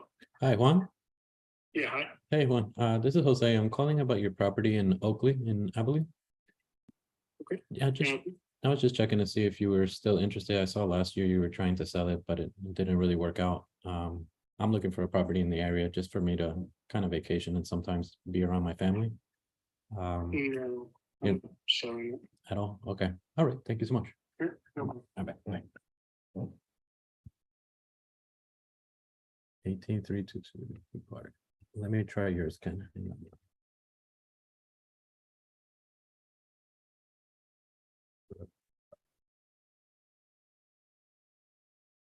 On that one, I could have asked what happened in between and all that stuff. Do you use a dialer by chance, Jose? I don't. I found the need to have to continually switch numbers and I would have to pay and download lists. I saw there was more cost than benefit to it at the beginning. Once you have a team built out and all that, it's definitely worth it. Got it. Yep.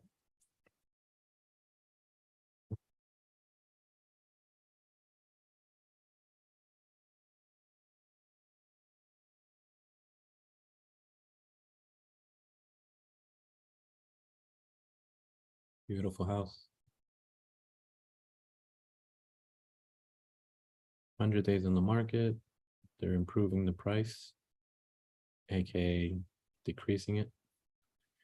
565. Let's do the numbers. 565 times 0.93 minus loan balance of 447,600. 77,000 in equity. We can try. We can try.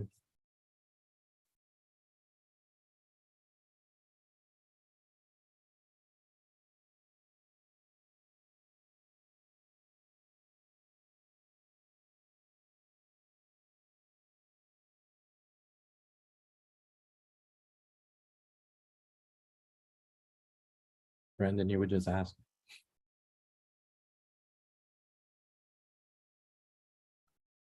No, this is Lynette. Hi, Lynette. Good evening. This is Jose. How are you? I'm good, thank you. How are you? Doing well. Glad to hear. I'm calling about your property in Brook Park in Tampa. Okay. Just checking to see, is the property still available? Does it have any offers on it? It is still available. We have a couple of offers in the works from investors. Oh, okay. Are any of them like subject to type of deals or like wholesalers, stuff like that? Yeah. Yes. Yeah, Okay. which my seller isn't crazy about. Yeah, I can imagine. Okay, and so, but they are open to taking payments, I guess? They might be, it depends on the offer. Yeah, on the payment and all that. Okay. Yes. Do you know what that property would probably rent at? I see it's a 3-car garage. I'm just, Honestly, between 4,000 and 5,000, just kind of depending. I haven't done like exact numbers on it, but Mhm. I know that she has the neighbor that has been dying to rent, and I believe her lease is October. okay. Now, why haven't you? And she said, no, this is nothing on paper. She would pay $4,000 or $5,000 a month to rent it. Yeah. No, nothing ever official with a neighbor. Right? But yeah, okay, sounds pretty good. I like the area. Do you mind if I send you something just for you to be able to compare, maybe have a plan B? Sure, go for it. Okay, what's your email? It's Lynette, Lynnette .Ramsey, RAMSEY @exprealty.com. Wonderful. Okay, I'll try and get that to you tonight. Do you know more or less what the other offers have been close to? What's holding her back? I'm just The one wondering. I can tell you the one she's most interested in is an at-list offer, and it's 28,000 up front, and I think the payoff is around 4 to 5 years. Okay. Yep, just so we can know if we're in the ballpark or not. Yep. Alrighty, thanks, Lynette. Take care. You're welcome. Bye-bye. Bye. You guys are gonna come across a lot of that too. People are making offers subject to, some agents are open to it, just ask that extra question. She didn't need to tell me any of that, but you just asked the extra question and now you know where you stand. There's another student out there or elephant or somebody that's trying to do SubTo, but they're offering 28,000. And the owner hasn't accepted it.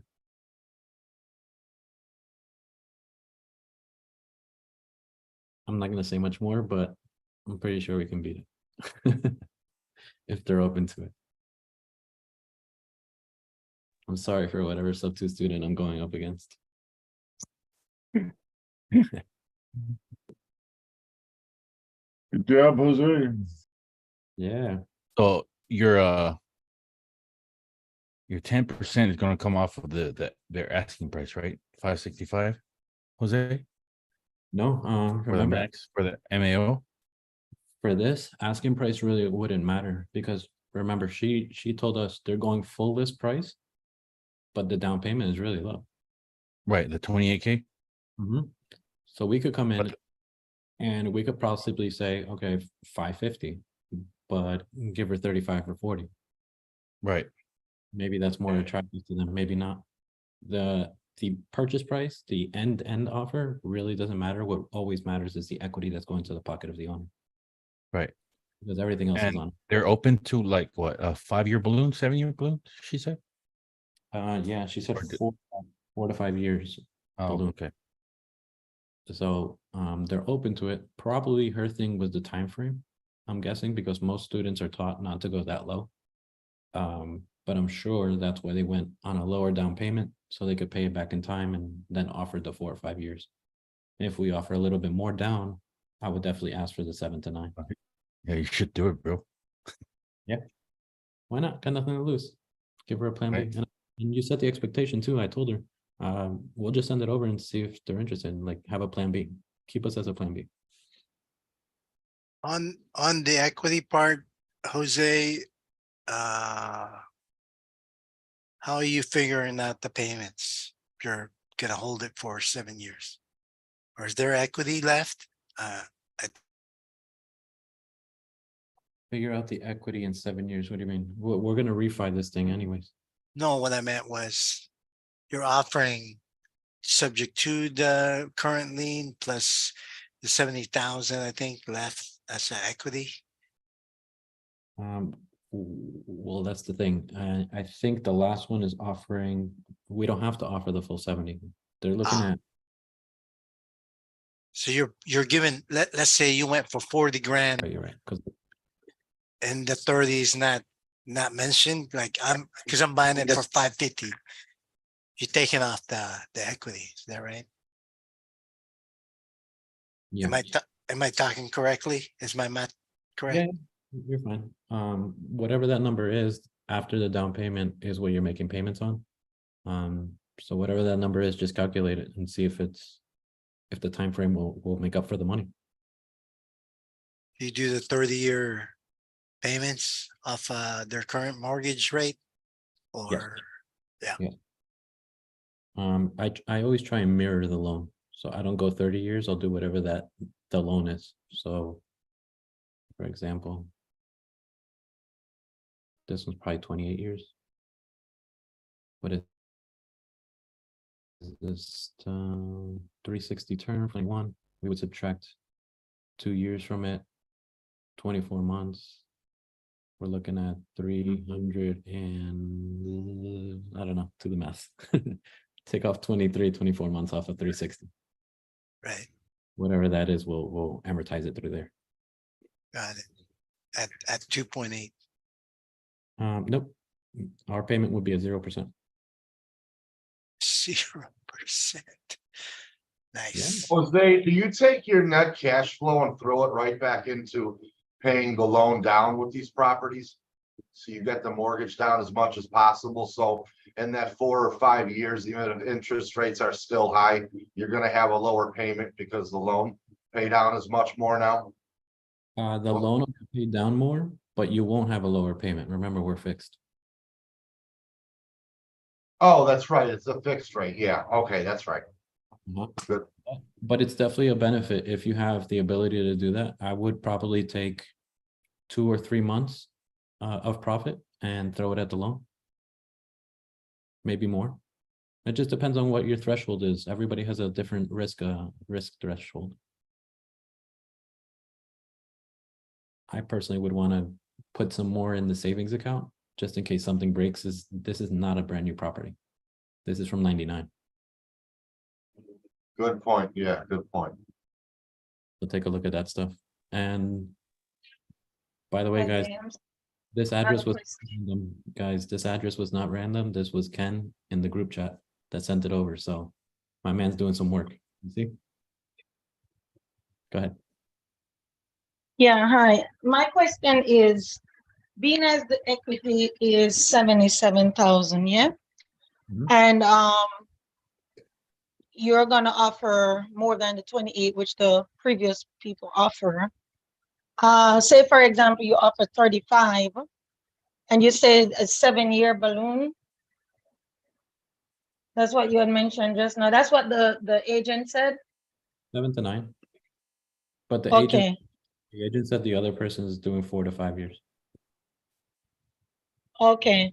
So with that, what would you do if you give 35, the balance from the 77, you just divide that up by the balloon and know the monthly payment, yeah? You could structure it. It really depends. Think of a pie. The way Pace puts it best is the pie where you split it in 4 sections. You've got your price, interest, your term for how long it is, and the monthly payment. So if they want a higher price, you put down your monthly payment. If they want a higher down payment, you lower your interest. Things like that. Just tell them whatever lever they want to pick, something else has to give. And it depends on the seller. Some people don't really care that their name's on the loan. They just want the higher down payment. They don't care about the monthly because it's peanuts sometimes, $200-300 to them. It could be peanuts. So that wouldn't matter. Okay. And they will know the exact amount of equity in the property, yeah? You would know. I present it to them always when I'm on a one-on-one call with the seller. I show them exactly what we're making. I show them how we structure stuff.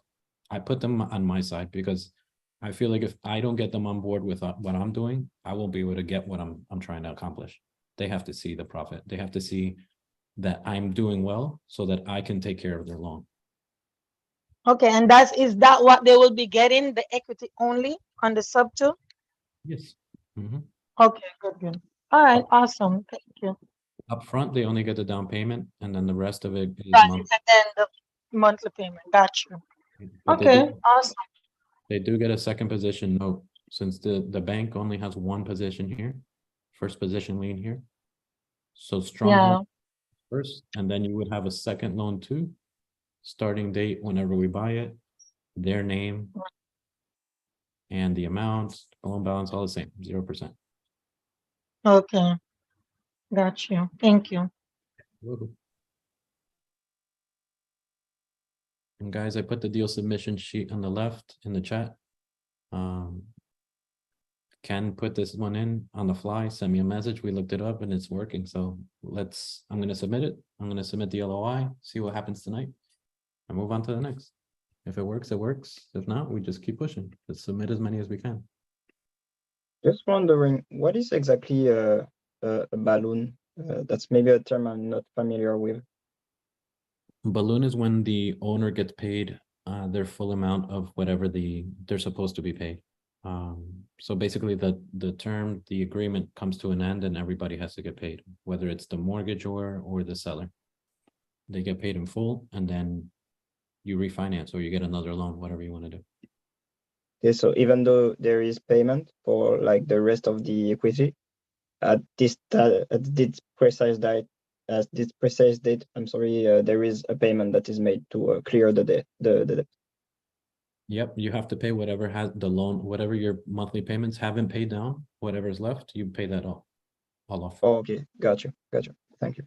Just picture, they call it a balloon because when it gets too high, it pops. Oh, okay. Picture Okay, the great. same. Too much time has gone by and pop. Gotta pay Perfect. Thank you very much. Welcome.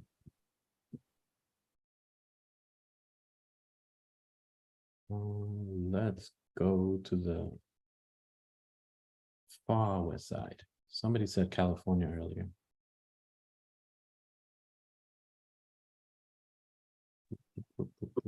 Quick question on submitting and the submitting offer part. either to the seller or to the agent. Like we're talking to the agent or the seller, and then when they show interest into, SubTo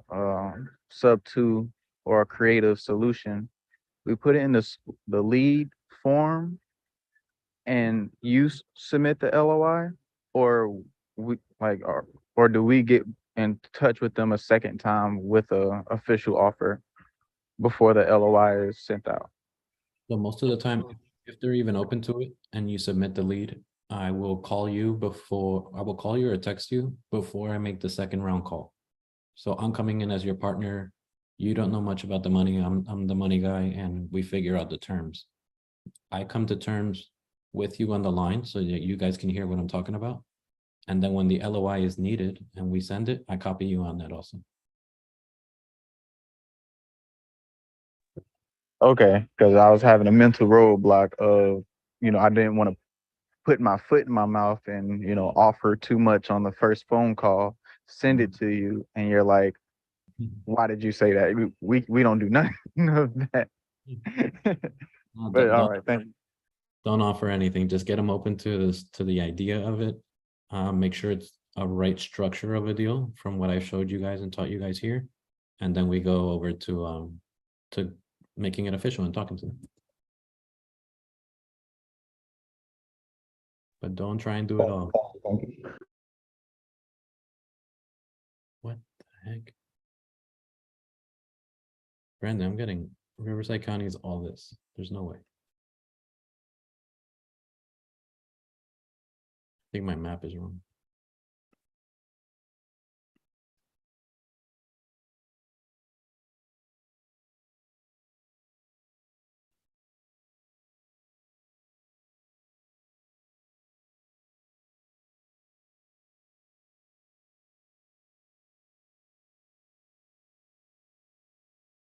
Kind of huge, Brandon. This is massive. There's no way this is right. It's a pretty big county, man. It probably was a bad example to pick, No, it's all good. but there's some pockets there, some some cities there that are pretty decent. Okay.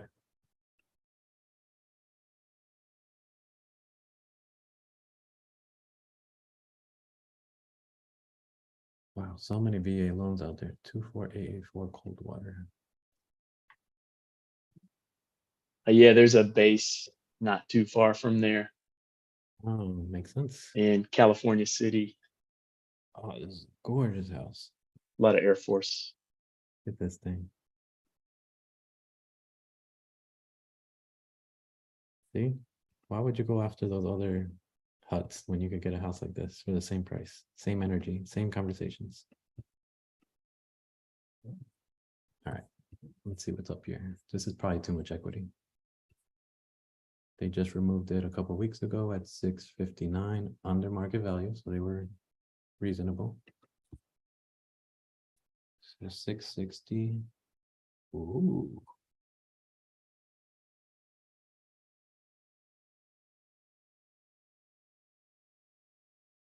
Times 0.93 minus 619. They're negative $5,000 after closing costs and commissions. Let's see if it rents.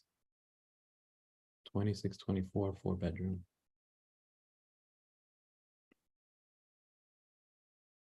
That looks really good. Yep. 2624.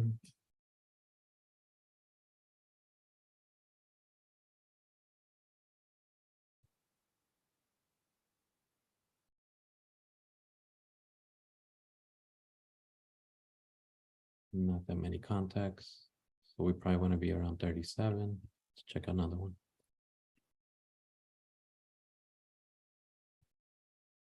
More contacts at 35.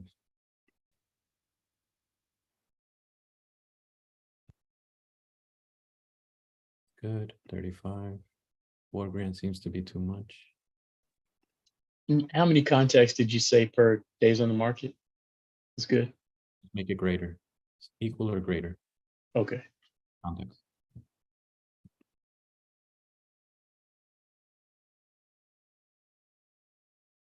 Yeah, of course, 3,200 and it's got a ton of context. Okay.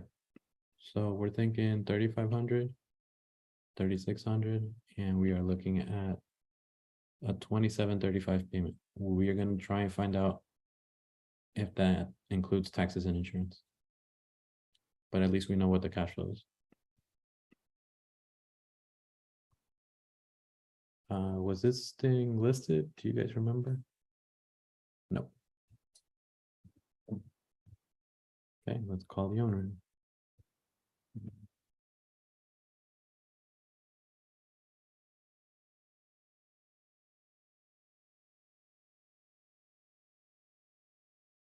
I use both, Rick. I use Zillow and PropStream. But what are you saying as far as value goes? Rick asked, do you always use Zillow instead of PropStream?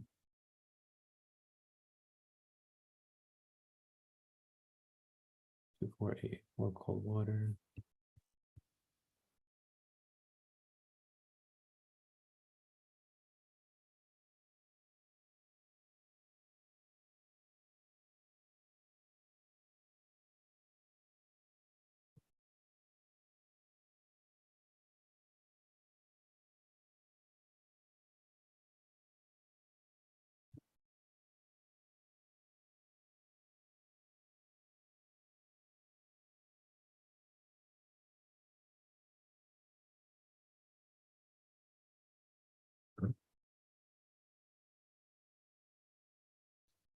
Good afternoon, Eric. Hey, this is Jose. I'm calling about your property in Coldwater Canyon. I saw you had it with a realtor last month, but it didn't really work out. Are you still open to an offer by chance? I'm looking for myself.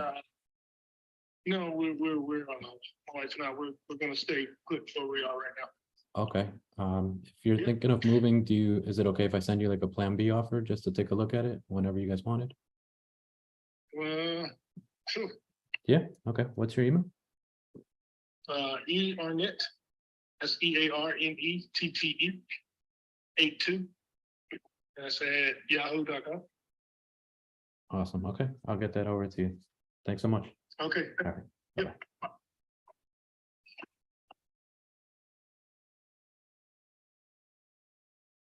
Plan B, guys, plan B. Just the point is to get their eyes on the offer. They don't even have to understand what it is, because I know this is low equity. Or was it? Oh, how low was it? Do you guys remember? Yeah, they were negative. I think like -5 grand, maybe. Yeah, I'll just do this again. 660 times 0.93, 613. And I don't want to go into that fight of like, hey, I can put more money in your pocket, because he was just like, oh, we're going to keep it. I don't really know if he's keeping it just because of the situation. Obviously, he took it off the market, probably realized he had to pay out of pocket to get rid of the house, or if they were truly comfortable in their home. This is a 3% veteran loan. Give them the benefit of the doubt. Maybe they don't want to move. Maybe they don't want to go to that next spot. The rates are crazy high. I'm not here to push people out. If you guys are, feel free to like do whatever you want, be pushy, but I'm not. So I just ask, I say, hey, you open to a plan B? Just get it in front of their eyes. That's all. Whatever they decide to do after that is on them. But we've definitely got the best offer.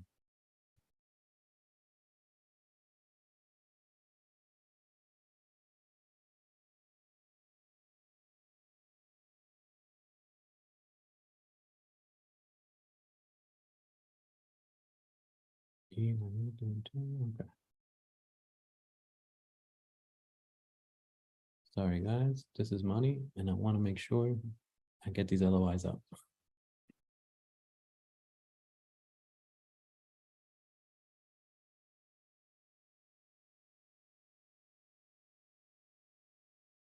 This 2, 4.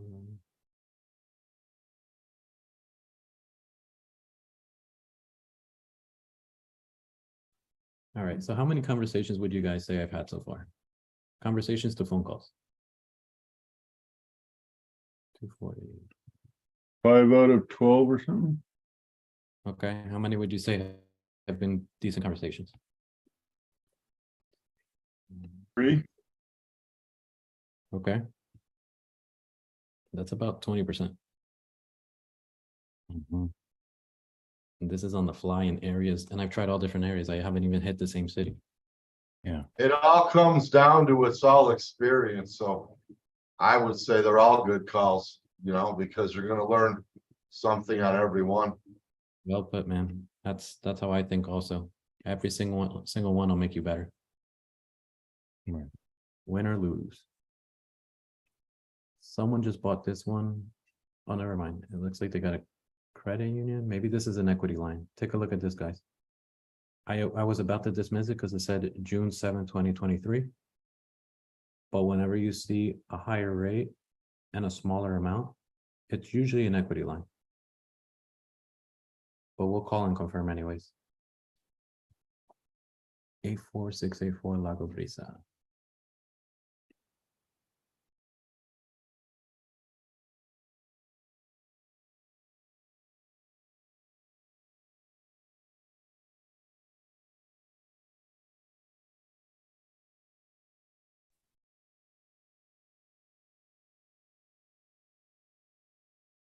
Do we bring that up on the conversation, or how do you go about it? What would you like to bring up? Their credit line or their second mortgage or something like that? Or We confirm it. We can just say, hey, we noticed that it's been a little difficult. Your other realtor, you didn't get what you wanted because of the debt. The loan is on there. It looks like you have an equity line and a mortgage. Is that right? Just build it as part of the. Okay, got it. You already know it. You're just confirming.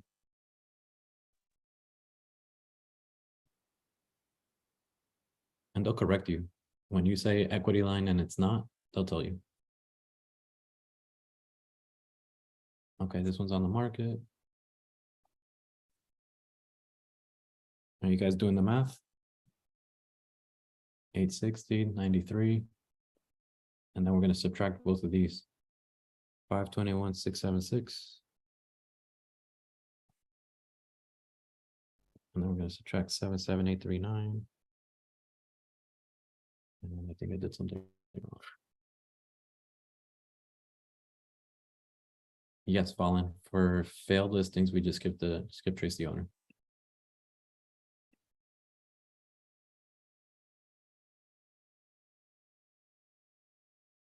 Maybe this property is overpriced. Maybe not. We'd have to see. But going off of their price, they're looking at 200,000. Is that what you guys are getting? Yeah, 200,000, 200. That doesn't make sense. High equity. No, it happens. So this is the Or maybe note. it's overpriced, like you say. I don't know. It's either overpriced or we're gonna have to fight for the equity and take it in payments. We don't know. But me personally, I want to get you I want you guys to hear what it sounds like when there's no equity and the agent says, yes, please help. Because there are times where a realtor's like, please, yes, let's get this going. They want you.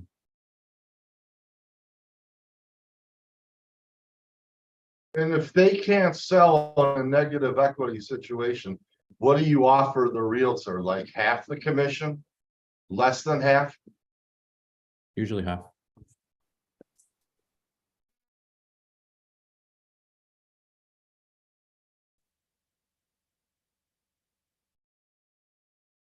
Can I help you? My pup is going nuts. What do you want?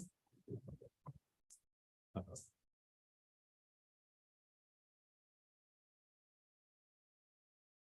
This is nice and clean. It's already vacant, unless these are old pictures. Let's see. 2-bedroom, 1,300 square feet. There's probably not enough room to make it a 3. I don't think this will rent very high. They just tried in April for 359. Take 93. And we're gonna take off the loan balance. 320. So they're getting 13,000 on a traditional. Do you guys get that too? 13,870. No, I got 6,692. What did you subtract it from? The 320 from the 351? The listing price, the last one, 360.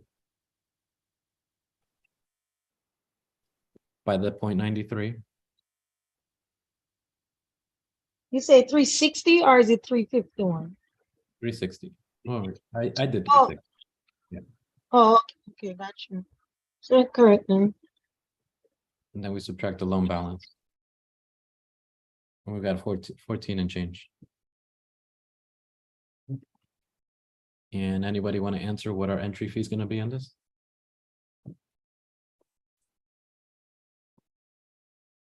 Is it 36K? Close, 35.10, 10%. All you have to do is take the first two numbers of whatever the estimate is. So at 35, and how much did we say we got to the owner? 14, 15 max.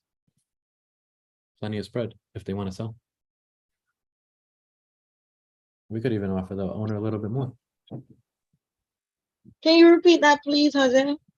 Yeah, we could, we've got 14 to 15,000 to the owner, traditionally, is what they were expecting. And our entry fee, what we want as investors to pick up this property is 10% of the estimated value, which is 350. So 10% of that is 35,000. Okay. So 35,000 minus the 15, we've got 20,000 to play with. That could either go to us, that could go to the seller, that could go to maybe a discount for the future buyer, whatever it is. Maybe we buy it ourselves, keep it. Only 15 entry, there's no realtors involved. Possibly picking up a house for 4%, 5%. That's really cheap. The 14K out of the 35 is to make the owner feel comfortable that they're not walking away with equity. It's to give them that equity back and have them walk away. You always give them whatever you would have traditionally. And if that doesn't do anything for them, then you entice them with a little bit more money. And when you say traditionally, you mean like Real. what can you explain that?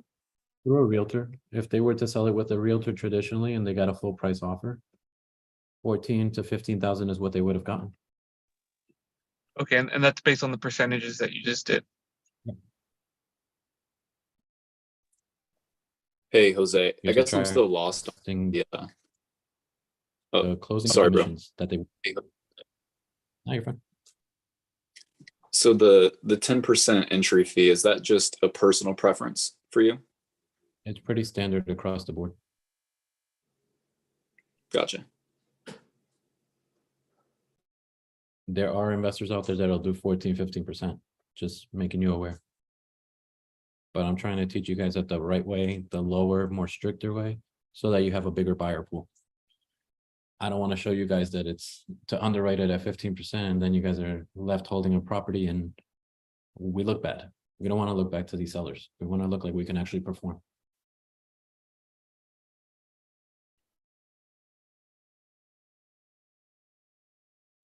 Jose, I have a question.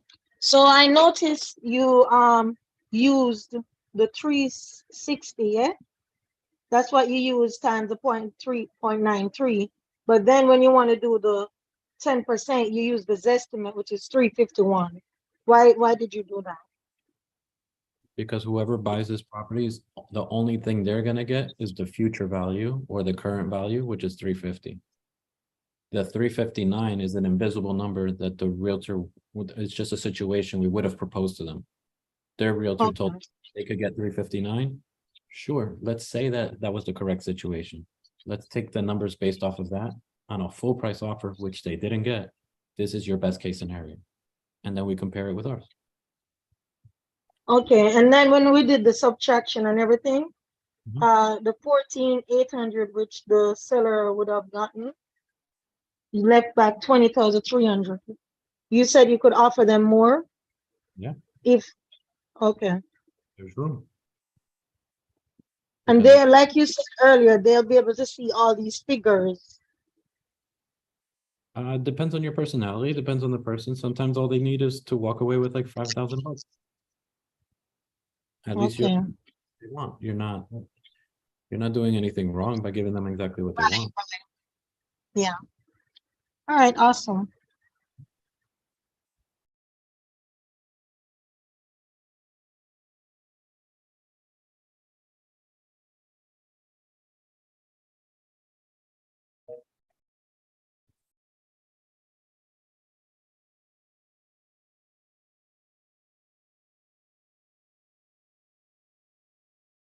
Welcome to Verizon Wireless. The number you dialed has been changed.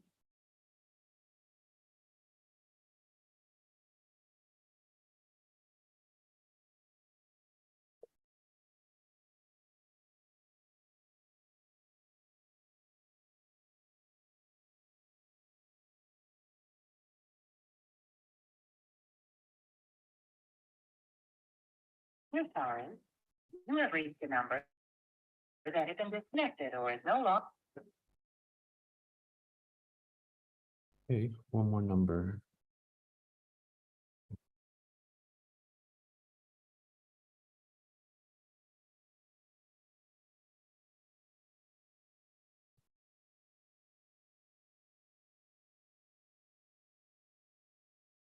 We're sorry. You have reached a number that has been disconnected.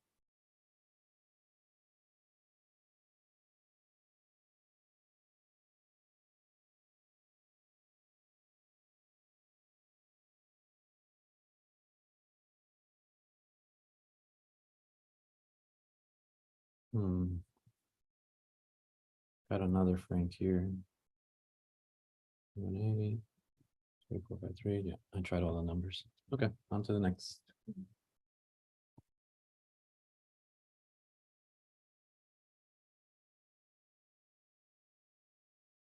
And guys, I'm going a little slower than normal. You guys are gonna be flying through these, so I'm just going through the steps of each one so you guys can clearly see what the structure looks like.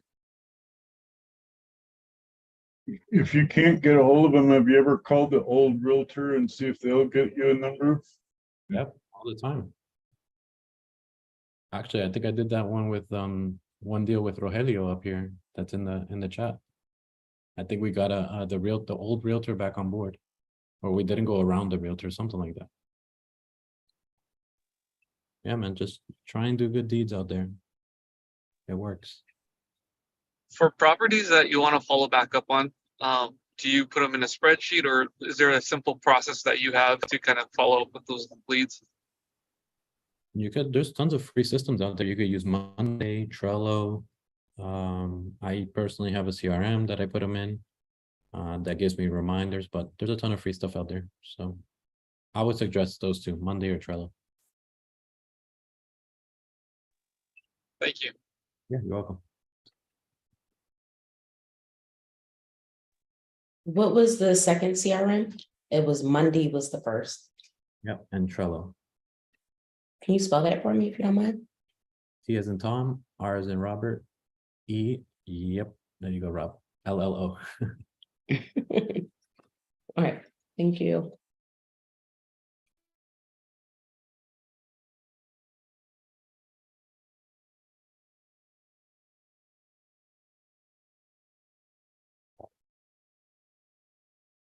Can I find this? There we go. 966. 2020 property, sold in 91. 991, what do we got? 872. All right, so we've got 965.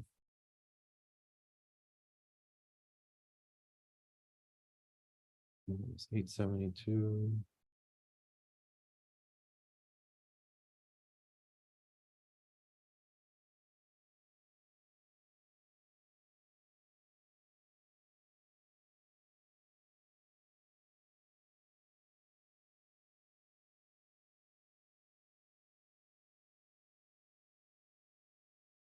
$25,000, that's plenty of entry. Now, can we rent this thing? 3,700 rent. 3,370.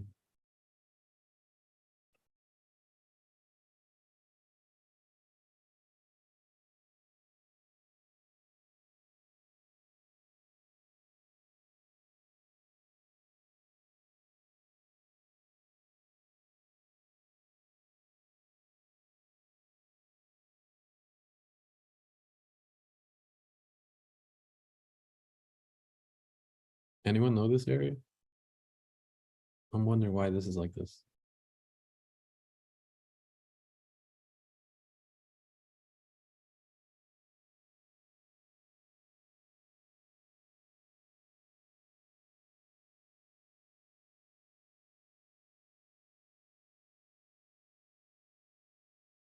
Not much out there. 3,500.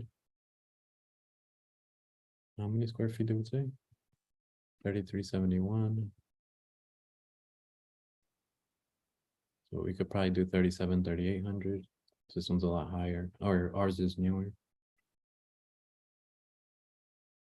This is just on a crusty highway. I don't want to. These are crappy comps. I'd probably stick to 3,700. And the loan payment is 3,700. So this is a no-go. Do you guys see that one?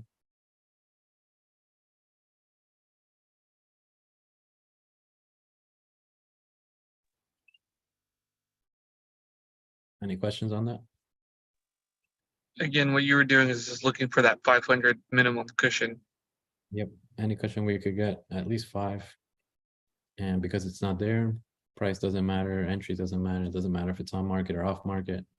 We can't do something on it. It's not worth pursuing. And we wouldn't also know if the interest or taxes was in that monthly mortgage. I wouldn't, but even without the taxes and insurance, we're already at market rent. Yeah, correct. I'm saying so now that's even further sign that's definitely no go. Yep. Even more negative.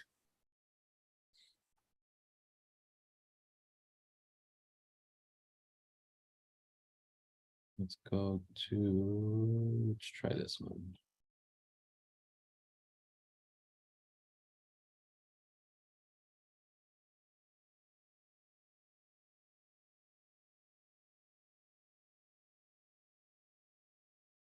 Oh, is this the right property?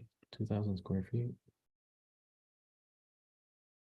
No, West Whittier, 1440 West Whittier.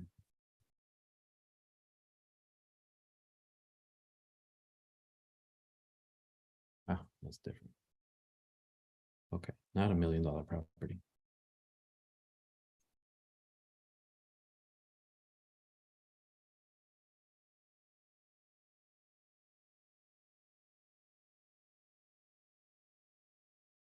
Needs a kitchen, flooring, basic stuff, but it's clean.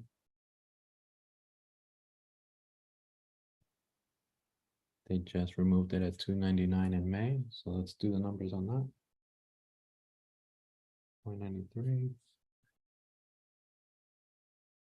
We've got 278.70, and then we're going to subtract the mortgage, which is 256.4.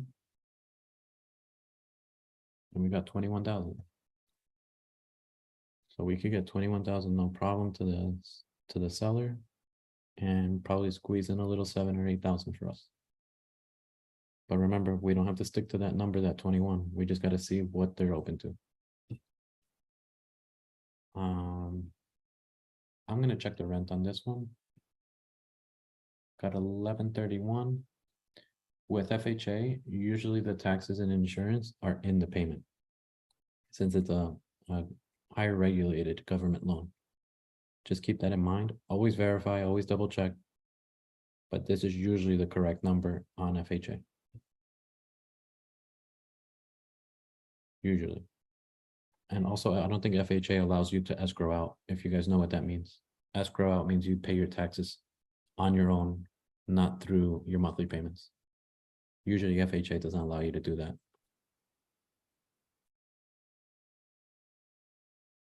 So we've got 1131, we've got a 2-bedroom, 1,100 square feet. Let's see. I know, Mason, I know, we'll go out in a second.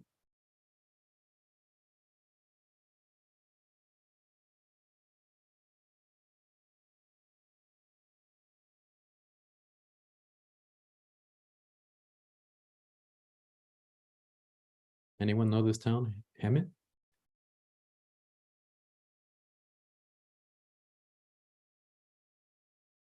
Never heard of her. Yeah, I bought them.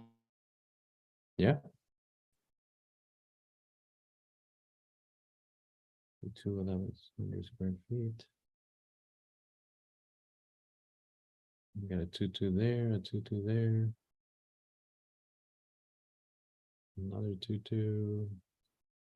Let's see what this one looks like.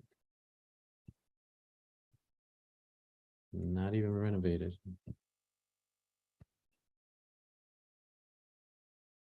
$55 and up community. Uh-oh, we gotta check. Guys, also, if you see 55 and up, don't do it.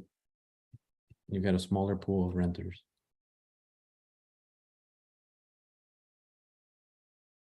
Any questions on 55 and up stuff? Do we stay away from them? Yep. Thank you. That's on that side of the street though, so we might be okay on this side.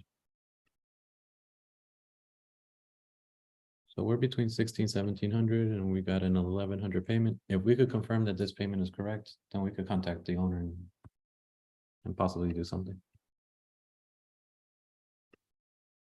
I don't think this was listed, right? No. Okay, let's talk to the owners directly.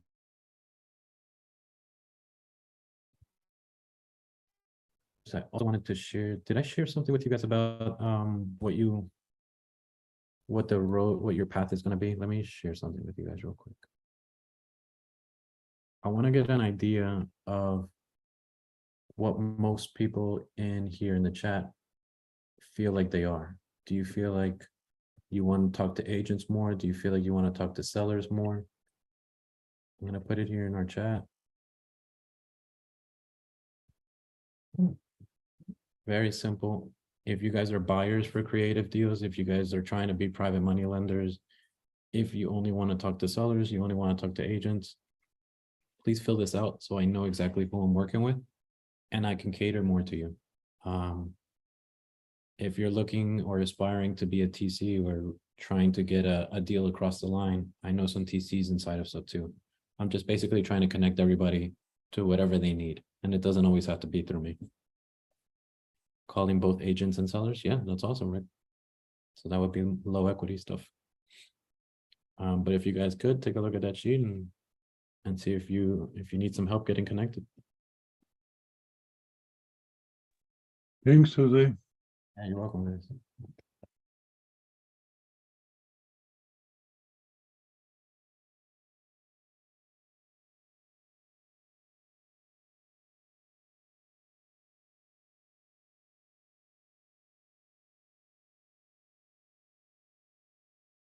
For sure, Ken, that's good. And if you get good now in this bad market, Ken says my current avatar is calling agents. If you get good right now at doing this, you're only gonna be an expert in like a month. It doesn't take long. And they're gonna need you much more. Jose, how often do you personally hold these Zoom meetings? Every Thursday. You do it every Thursday. Correct. Same bat time, same bat channel? Same time, same channel. I usually do it at 2 o'clock. Today was an exception because Pace was with Dan Graziosi, so everybody wanted to attend there. Do you send an email out? I don't, but are you on the are you in the Elephant Challenge on the Circle platform? I think I am. Yeah, If you're on the think Circle, yeah, you'll get an email. But if not, you can subscribe to my channel. If somebody could post that up real quick. My YouTube channel should alert you too. I tried looking for you on YouTube. I couldn't find it. So I was someone can post it. That'd be great. I'm a ghost.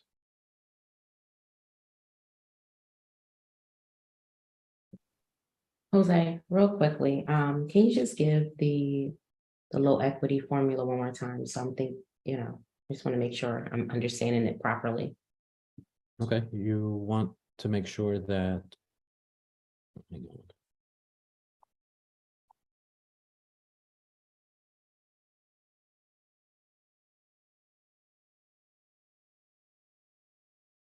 I'm frozen. Okay. If you're gonna call this owner and they were recently on the market, take that Mhm. number that they were on the market for and multiply it by 0.93. Thank you, Wayne.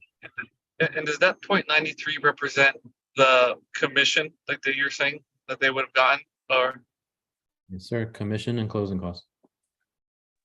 okay, that's just a faster way of doing it. So basically 7%. You're just doing a faster way calculating that 7%. Instead of 1 by 1. Yep. Got the 0.93. Did you get the answer to that one? Okay, I was writing, I'm sorry. What was can I see one more time and I'll put it in? You're gonna do the last list price, Okay, multiply that by 0.93. And then you subtract the estimated loan balance on PropStream. And then that value is what you're offering the seller. And the commission side of things comes out to that 10% rule, the quick little formula you gave us.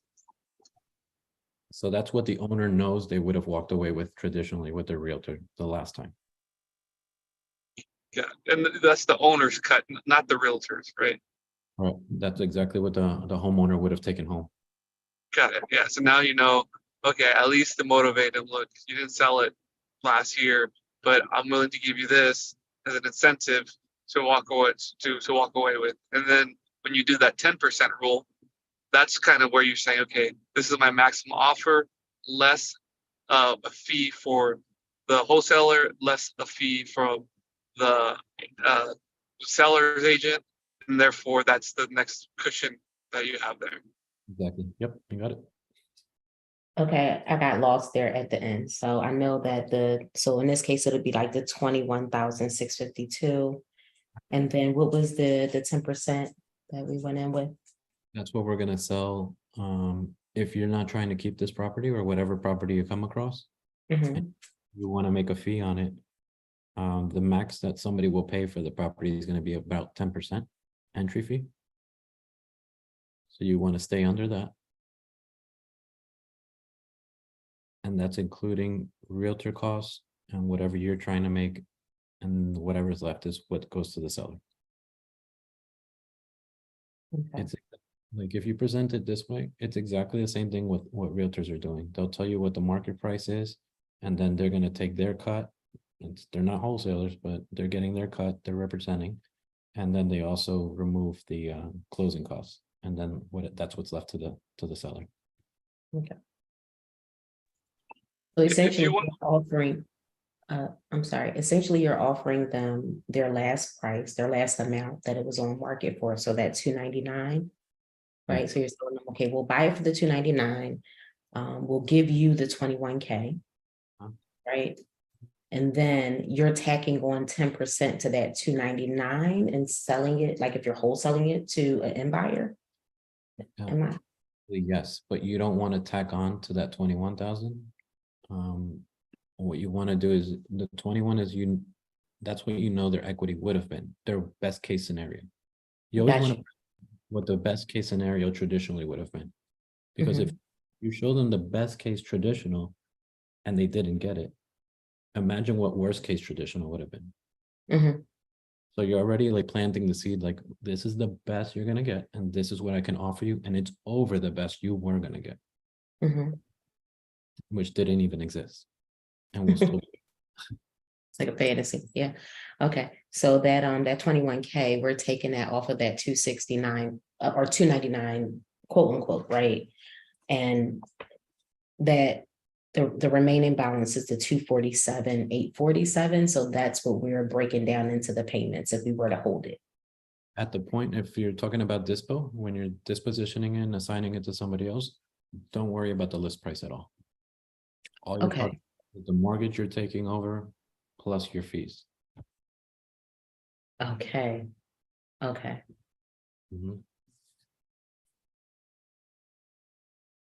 Can you go back to PropStream really quickly? I want to see what they're. Okay, so 260, 256. Yep. So tack on Now you said 10%. Is this where the 10% would be tacked on to the 265? But then it's two different columns. The 10% is for you once you already figured this out. So your 10% is going to be off of whatever this estimate was. What is it? 298.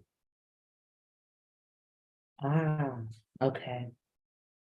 Because this is the true, not true value, but this is the closest estimated current value of the property. And that's what an investor is going to be buying. Today's value. Okay. Do we always use that, the price change for the value to calculate, start the calculation, Jose? If you do Like this, 299 over there? Yeah. you use this for the disposition, this is not always going to be in line with that current Right. market. There's going to be That's what I- times where the realtor hiked up the price to be able to get some money in the pocket of the owner, just in case somebody is willing to overpay. So you don't want to go off of this. You always want to go off the actual value. Okay, so that's the difference because I saw you use the lower value before, right? So you take either of the lower value of this estimate and the offer, right? To listing? So to present to the owner, you talk about best case scenario, traditional, which is the listing price. Got it. That's numbers to the owner. And then for you, so that you can sell it, you're going to be talking about current value. Got it. And if you were gonna hold this property, you wouldn't really do that 10% rule, right? You would maybe you do the 10% just less the agent's fee and then that's it type of thing, or Exactly. But anything under that, I mean, you're getting a slam dunk deal, especially if you're keeping it, because you're not going to pay yourself an assignment fee or something. I mean, you could. yep. And then now my next challenge is just to come up with the capital to exit the owner, to pay the fee, and then now I gotta start to try to cash flow it, stabilize. No challenge at all, man. Just ask, put in that link that I put that you're looking for a private money lender, and I promise you, I could connect you with somebody. If you find the right deal, and you can pay them off through the cash flow, you don't even have to come up with the money. Somebody will bring it to you. Understood. Just trying to figure out that's like the next steps if things were to go right. Exactly. Yes. Yes. Jose, sorry to ask you again, when you say 2 o'clock, what time zone are you in? What time zone? Yeah, you're saying 2 o'clock, but what is your time zone? Eastern. I'm Florida. You're Eastern, okay, so you're 1 hour ahead, so that would be 1 o'clock Central Standard. Okay, just putting you in my Google Calendar. Thanks. Excellent, man. You're welcome. Wait, and Jose, if you wanted like a more accurate, you could go and find some comps and like get it as accurate as possible. Like the estimate, I don't know the algorithm behind that or like whatever, but you could go like I don't know PropStream, but I use Privy. But can you do like more comps on what the current value could actually be? Oh yeah, you strongly underwrite it once your LOI is accepted and you're going to the SubTo documents and the contracts and all that. You want to make sure all your numbers are exactly right. This is just the initial call for speed to get to somebody. And once you get there, you're at least close. You're in the area. Now you underwrite it perfectly and you can present the perfect offer. All right. Thank you so much. So Jose, what would that look like then? So say if you're like, okay, you're presenting this amount, okay, well, but then once you do all the underwriting, it turns out to be like more. What would that conversation look like? Usually we're not far off. So the only thing we would be off would be major repairs that we didn't see. Even the cosmetics, you could probably filter into this, that. But things like, I don't know, you send somebody from SubTo to do a walkthrough for you, or from here, and they go and do a walkthrough and they say, hey, half the fence in the backyard fell down. That's not an expense that was on the previous pictures because it used to be good. Now it's an expense, so you just blame that. Okay, but overall, this formula is pretty close, barring any crazy things that might pop up. All right, For sure. cool. Verizon Wireless, the number.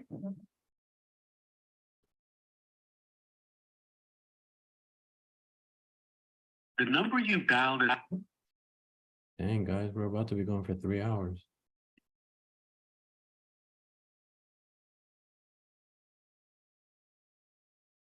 How many of you still in here? I'm curious. Not bad. We were hovering around 50. Dinner time, kids.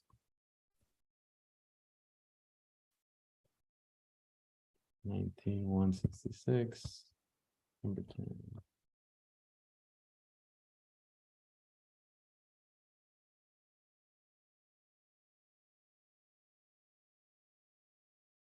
Oh, guys, you're welcome. I just want to get you guys as close to a deal as possible, and I only have you once a week. I might start doing a second one, guys. Got a couple friends that want to start doing it, and I might release this one. We'll still continue to do this stuff, but there's going to be a second one with just the action takers and people that have submitted leads that have actually talked to agents. We'll probably be doing a second Zoom every week.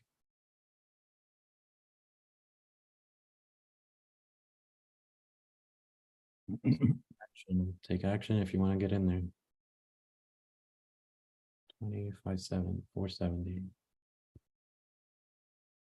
This one's tight. Dang, I want to talk to some agents. These are all off market. I'm going to skip these guys. I want to talk to an agent. That's a good deal. 21 quarts.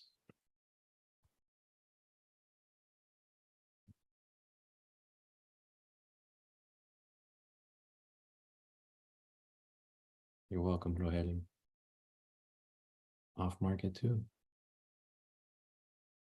And guys, everything that's off market, it's a potential, not only it's a potential opportunity for a creative deal, but think outside the box. Let's say they don't want to do a creative, but they still are trying to sell.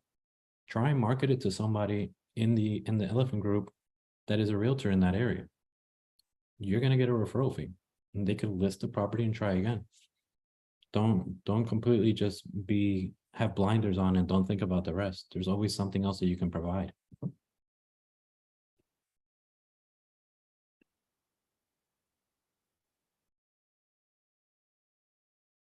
Use your time wisely. There we go.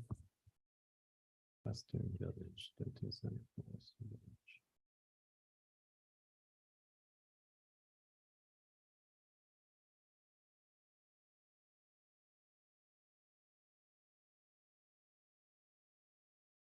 Not on market. Oh my God. Come on. Is it the area or something? What am I doing?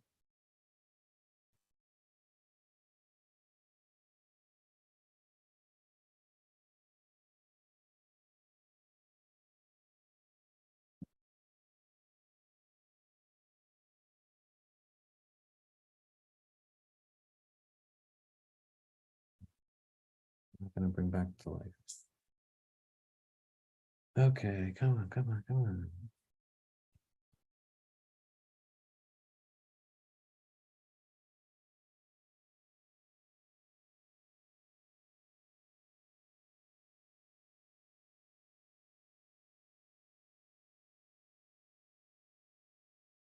Didn't we just do this? Yeah, that's the one I gave you earlier, I think. Okay, I was like, wait, what?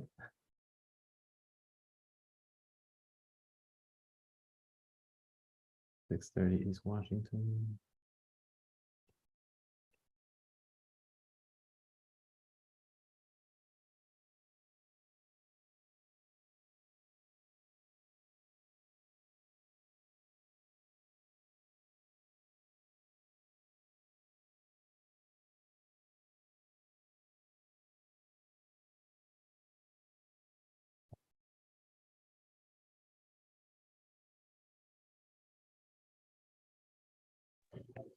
Hey, Jose, I got a question I just thought about.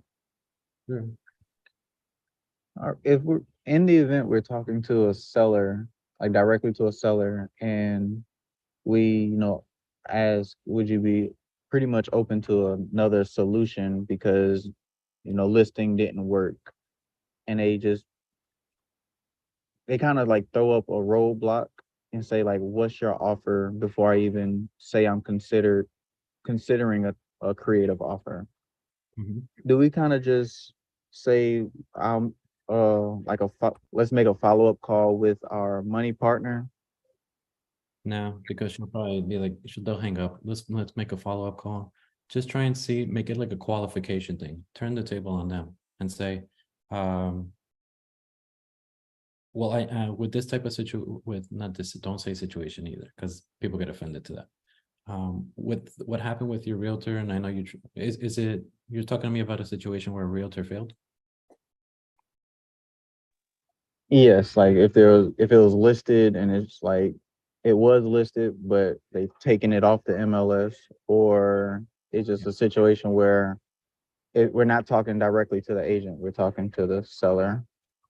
Okay, so you would say we can see that it didn't work. You didn't quite get the number you were looking for with your realtor. What was that number you were looking for? What were you hoping to walk away with? That way you already know kind of in the range what number they were looking for. If they give it to you, good. If not, say, well, we just want to know so we can get as close to that number as possible. Or beat it. And then they'll say, oh, okay, well, what was the offer? Well, I personally don't know. I'm not the numbers guy. My partner that manages all the finances for our company. Do you mind if he gets on a call with you and goes over those numbers, what that would look like? Make it like a qualification. He'll see what he can qualify you for how much money we can give you. But I can promise it'll be close to or at what you used to get, what you were going to get. Thank you, because I just played like 5 scenarios in my head and all led to a dead end, but none of the scenarios is what you just said. Oh man, yeah, try that.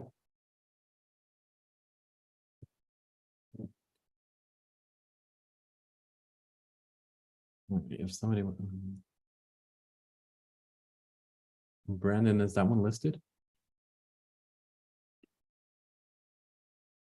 You know what? I don't remember. It's one I saved earlier. Let's see.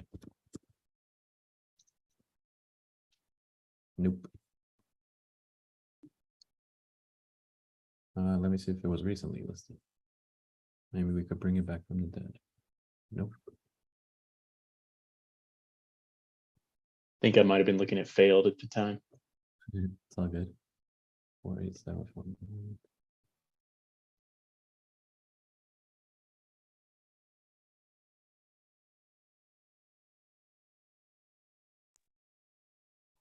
When you're looking at these that are listed, do you really care about how long it was on the market when you're looking for SubTo? You generally, I know I have an idea that at least 30 days will give me the opportunity to get further in the conversation. But if it's a week, most of the time, just being because it's the summertime, they're gonna dismiss it. It's too soon.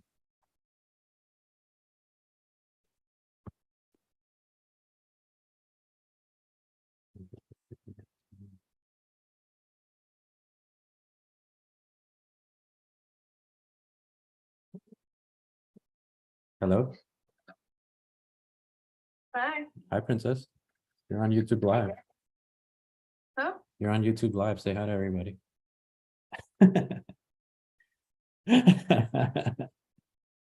And that's how you put your daughter on blast. I'll call you back. Too funny. She's the shyest kid, my daughter.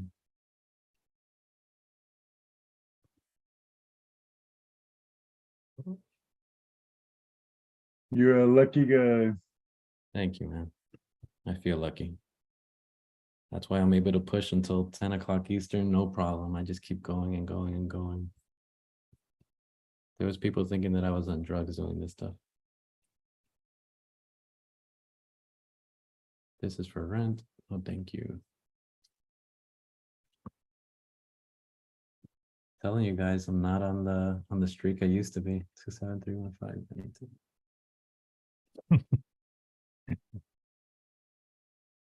You're gonna come back next week and you're like on fire. That's what I'm expecting. I'm like, I'm gonna blow it up next week. Look at this. This is crazy.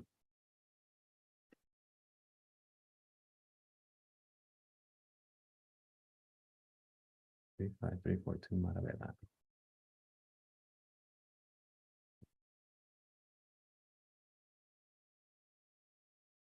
This is the one. Wow.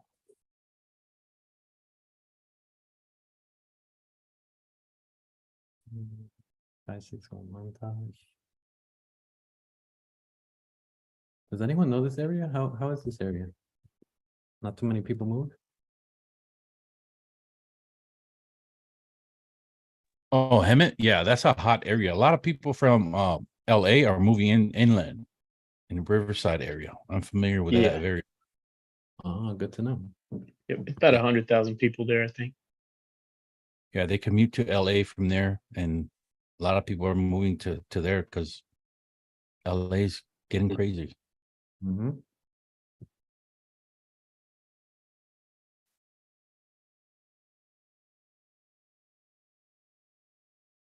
That's New Mexico.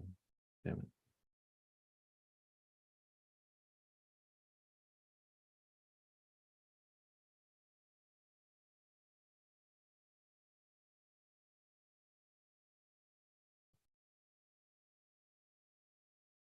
I'm gonna give it another 4 more, guys, and I'm gonna call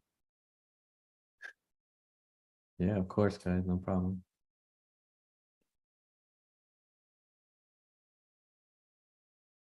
Just a quick question, Jose. Mhm. So you're 10%, right, off the price for the so you get the equity, how much equity that all that calculation, and you minus it from the what do you call the 10% number that we, man, my brain is getting fried. So the value that you get from that, that's your negotiation bottom, right? Like that gap room where you put in all your fees and stuff, all the way up to that 10%, right? Your 10%, consider your 10% your MAO. Right, Like- okay. those- That's where I was just, that's the last math that I'm trying to stick to my head right now. Yeah, Got it. Thank you. you're welcome, man.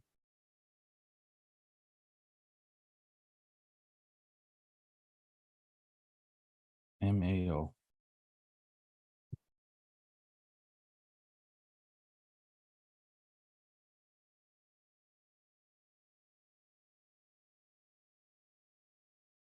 Question, Jose. Yeah. So when we talk to an agent, do we like position our conversation more or less like we did to a seller? Or is it a little bit different? We'll be talking different to an agent. With an agent, you're gonna be more focused on one, the legalities, making sure that they understand that their seller's protected. And two, that you're gonna be offering, you're gonna be offering something that's more not beneficial, but it depends on the person if it's beneficial or not, but you're gonna offer a higher net value to the owner than a traditional sale. Sure. You're gonna do that also to the seller, but with the seller, you're gonna be more focused on what are the bunnies, like what problems do they have, what do they want to list it again, why haven't they tried renting it? Try and make it a disqualification. Try and get it completely off your plate, like, hey, why don't you try selling it again? Why don't you grab another realtor? Oh, we don't want to go through that again. We don't want to, we were already not making any money. Okay, why don't you do for sale by owner? Why don't you do rental? Just try and get them like completely off your plate, and then if all else fails, they're your type of client. You'll be able to help them. Perfect. Thank you so much. Yeah, you're welcome.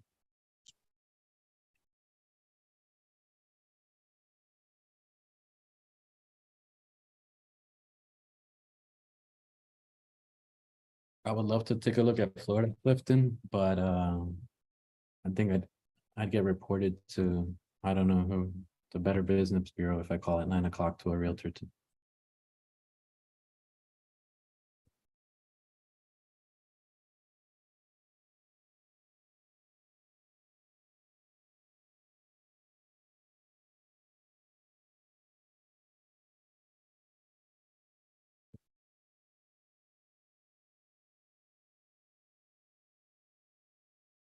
Anybody know much about the Pacific Northwest? Anybody in there, in here, from there?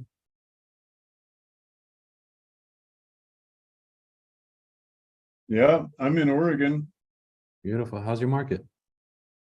Um, well, it's a lot more expensive. Well, it's not, it's less expensive than California. It's only like half the price or less of California.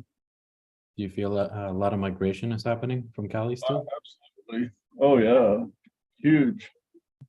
People can sell their house in California and move here and buy the same house and have, you know, $500,000 left over. What's a hot county by you? Oh, I think Albany is in Lynn County, Lynn or Benton, or hang on. County map. I have a, hold on. I'm sorry.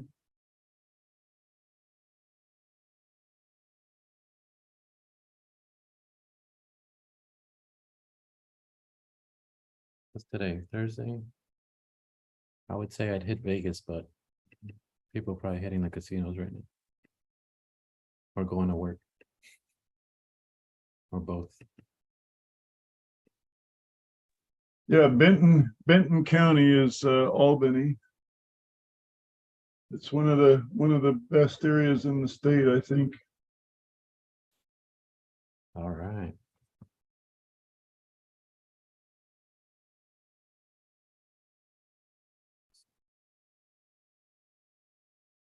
Oh, Yeah, I actually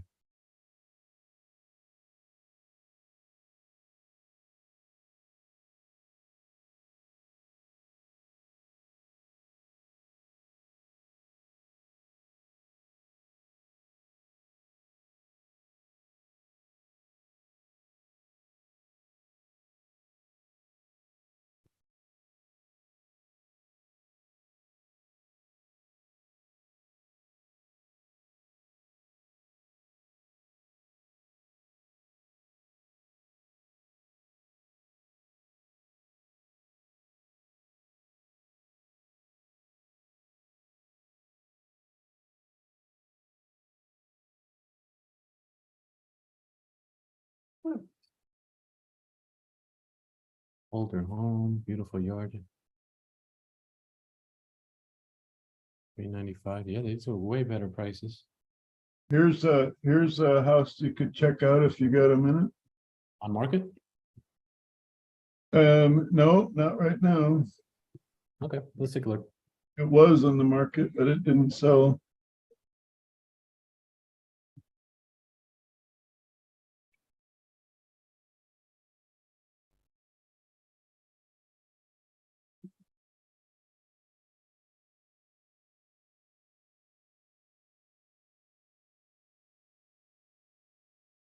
Pulling it up.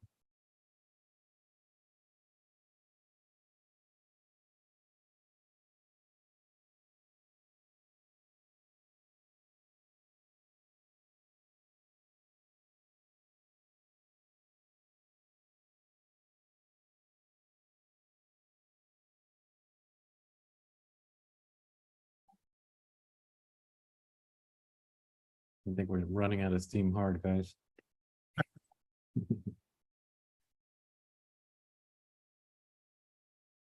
And they paid cash for this. Wayne, this is a straight seller finance.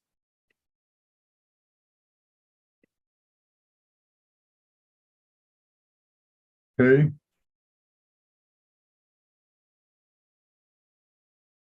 Were you able to find it? Have I been able to what? Have you been able to find the property you were talking about? Oh yeah, I just can't get a hold of the seller. She's like a ghost. I mean, she had it on the market with a realtor, so I'm getting ready to call the realtor back and say, hey, I know you had it on the market, but didn't sell. You know, what can you put an offer into to her? You know. but gotta figure out the right offer to make. Yeah. Want to figure that out now?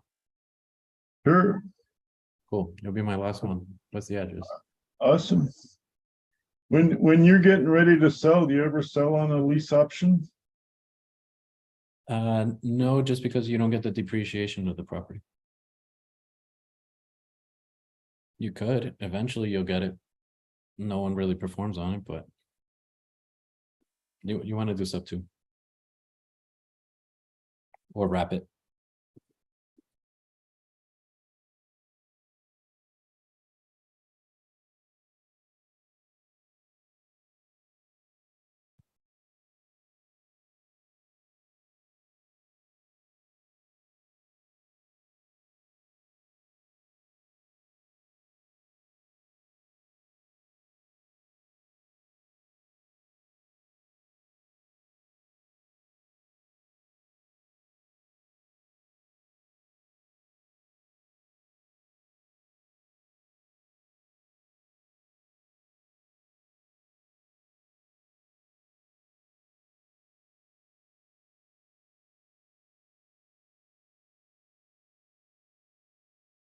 Yeesh, guys. Nothing on market. All right, there we go. Let's see if this is the one. You guys are sending me great addresses. Good job.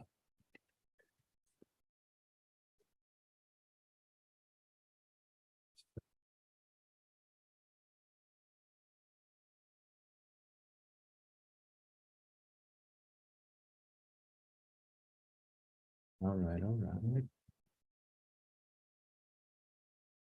See what we're looking at here.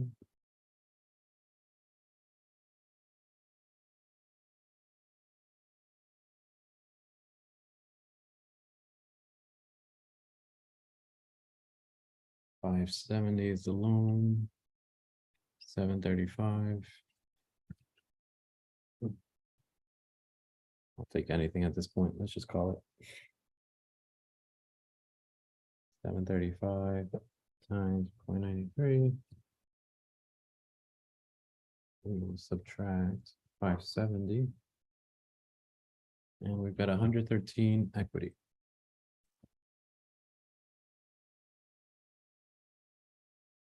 They've been on the market a while.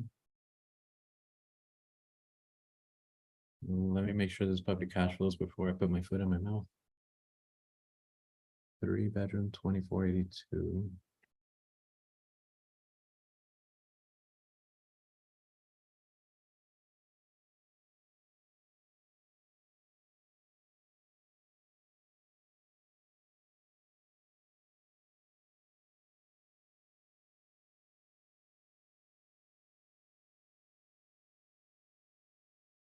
Did I say 4 or 3-bedroom? I think I said 3. Yeah. 3, 2482. So we're probably around 2,500. If you could see, this is 2,000 square feet, another 2,000 square feet, 2,200, but that's across the highway. Yeah, I'd venture out to be at 2,500, and the payment is 2,500.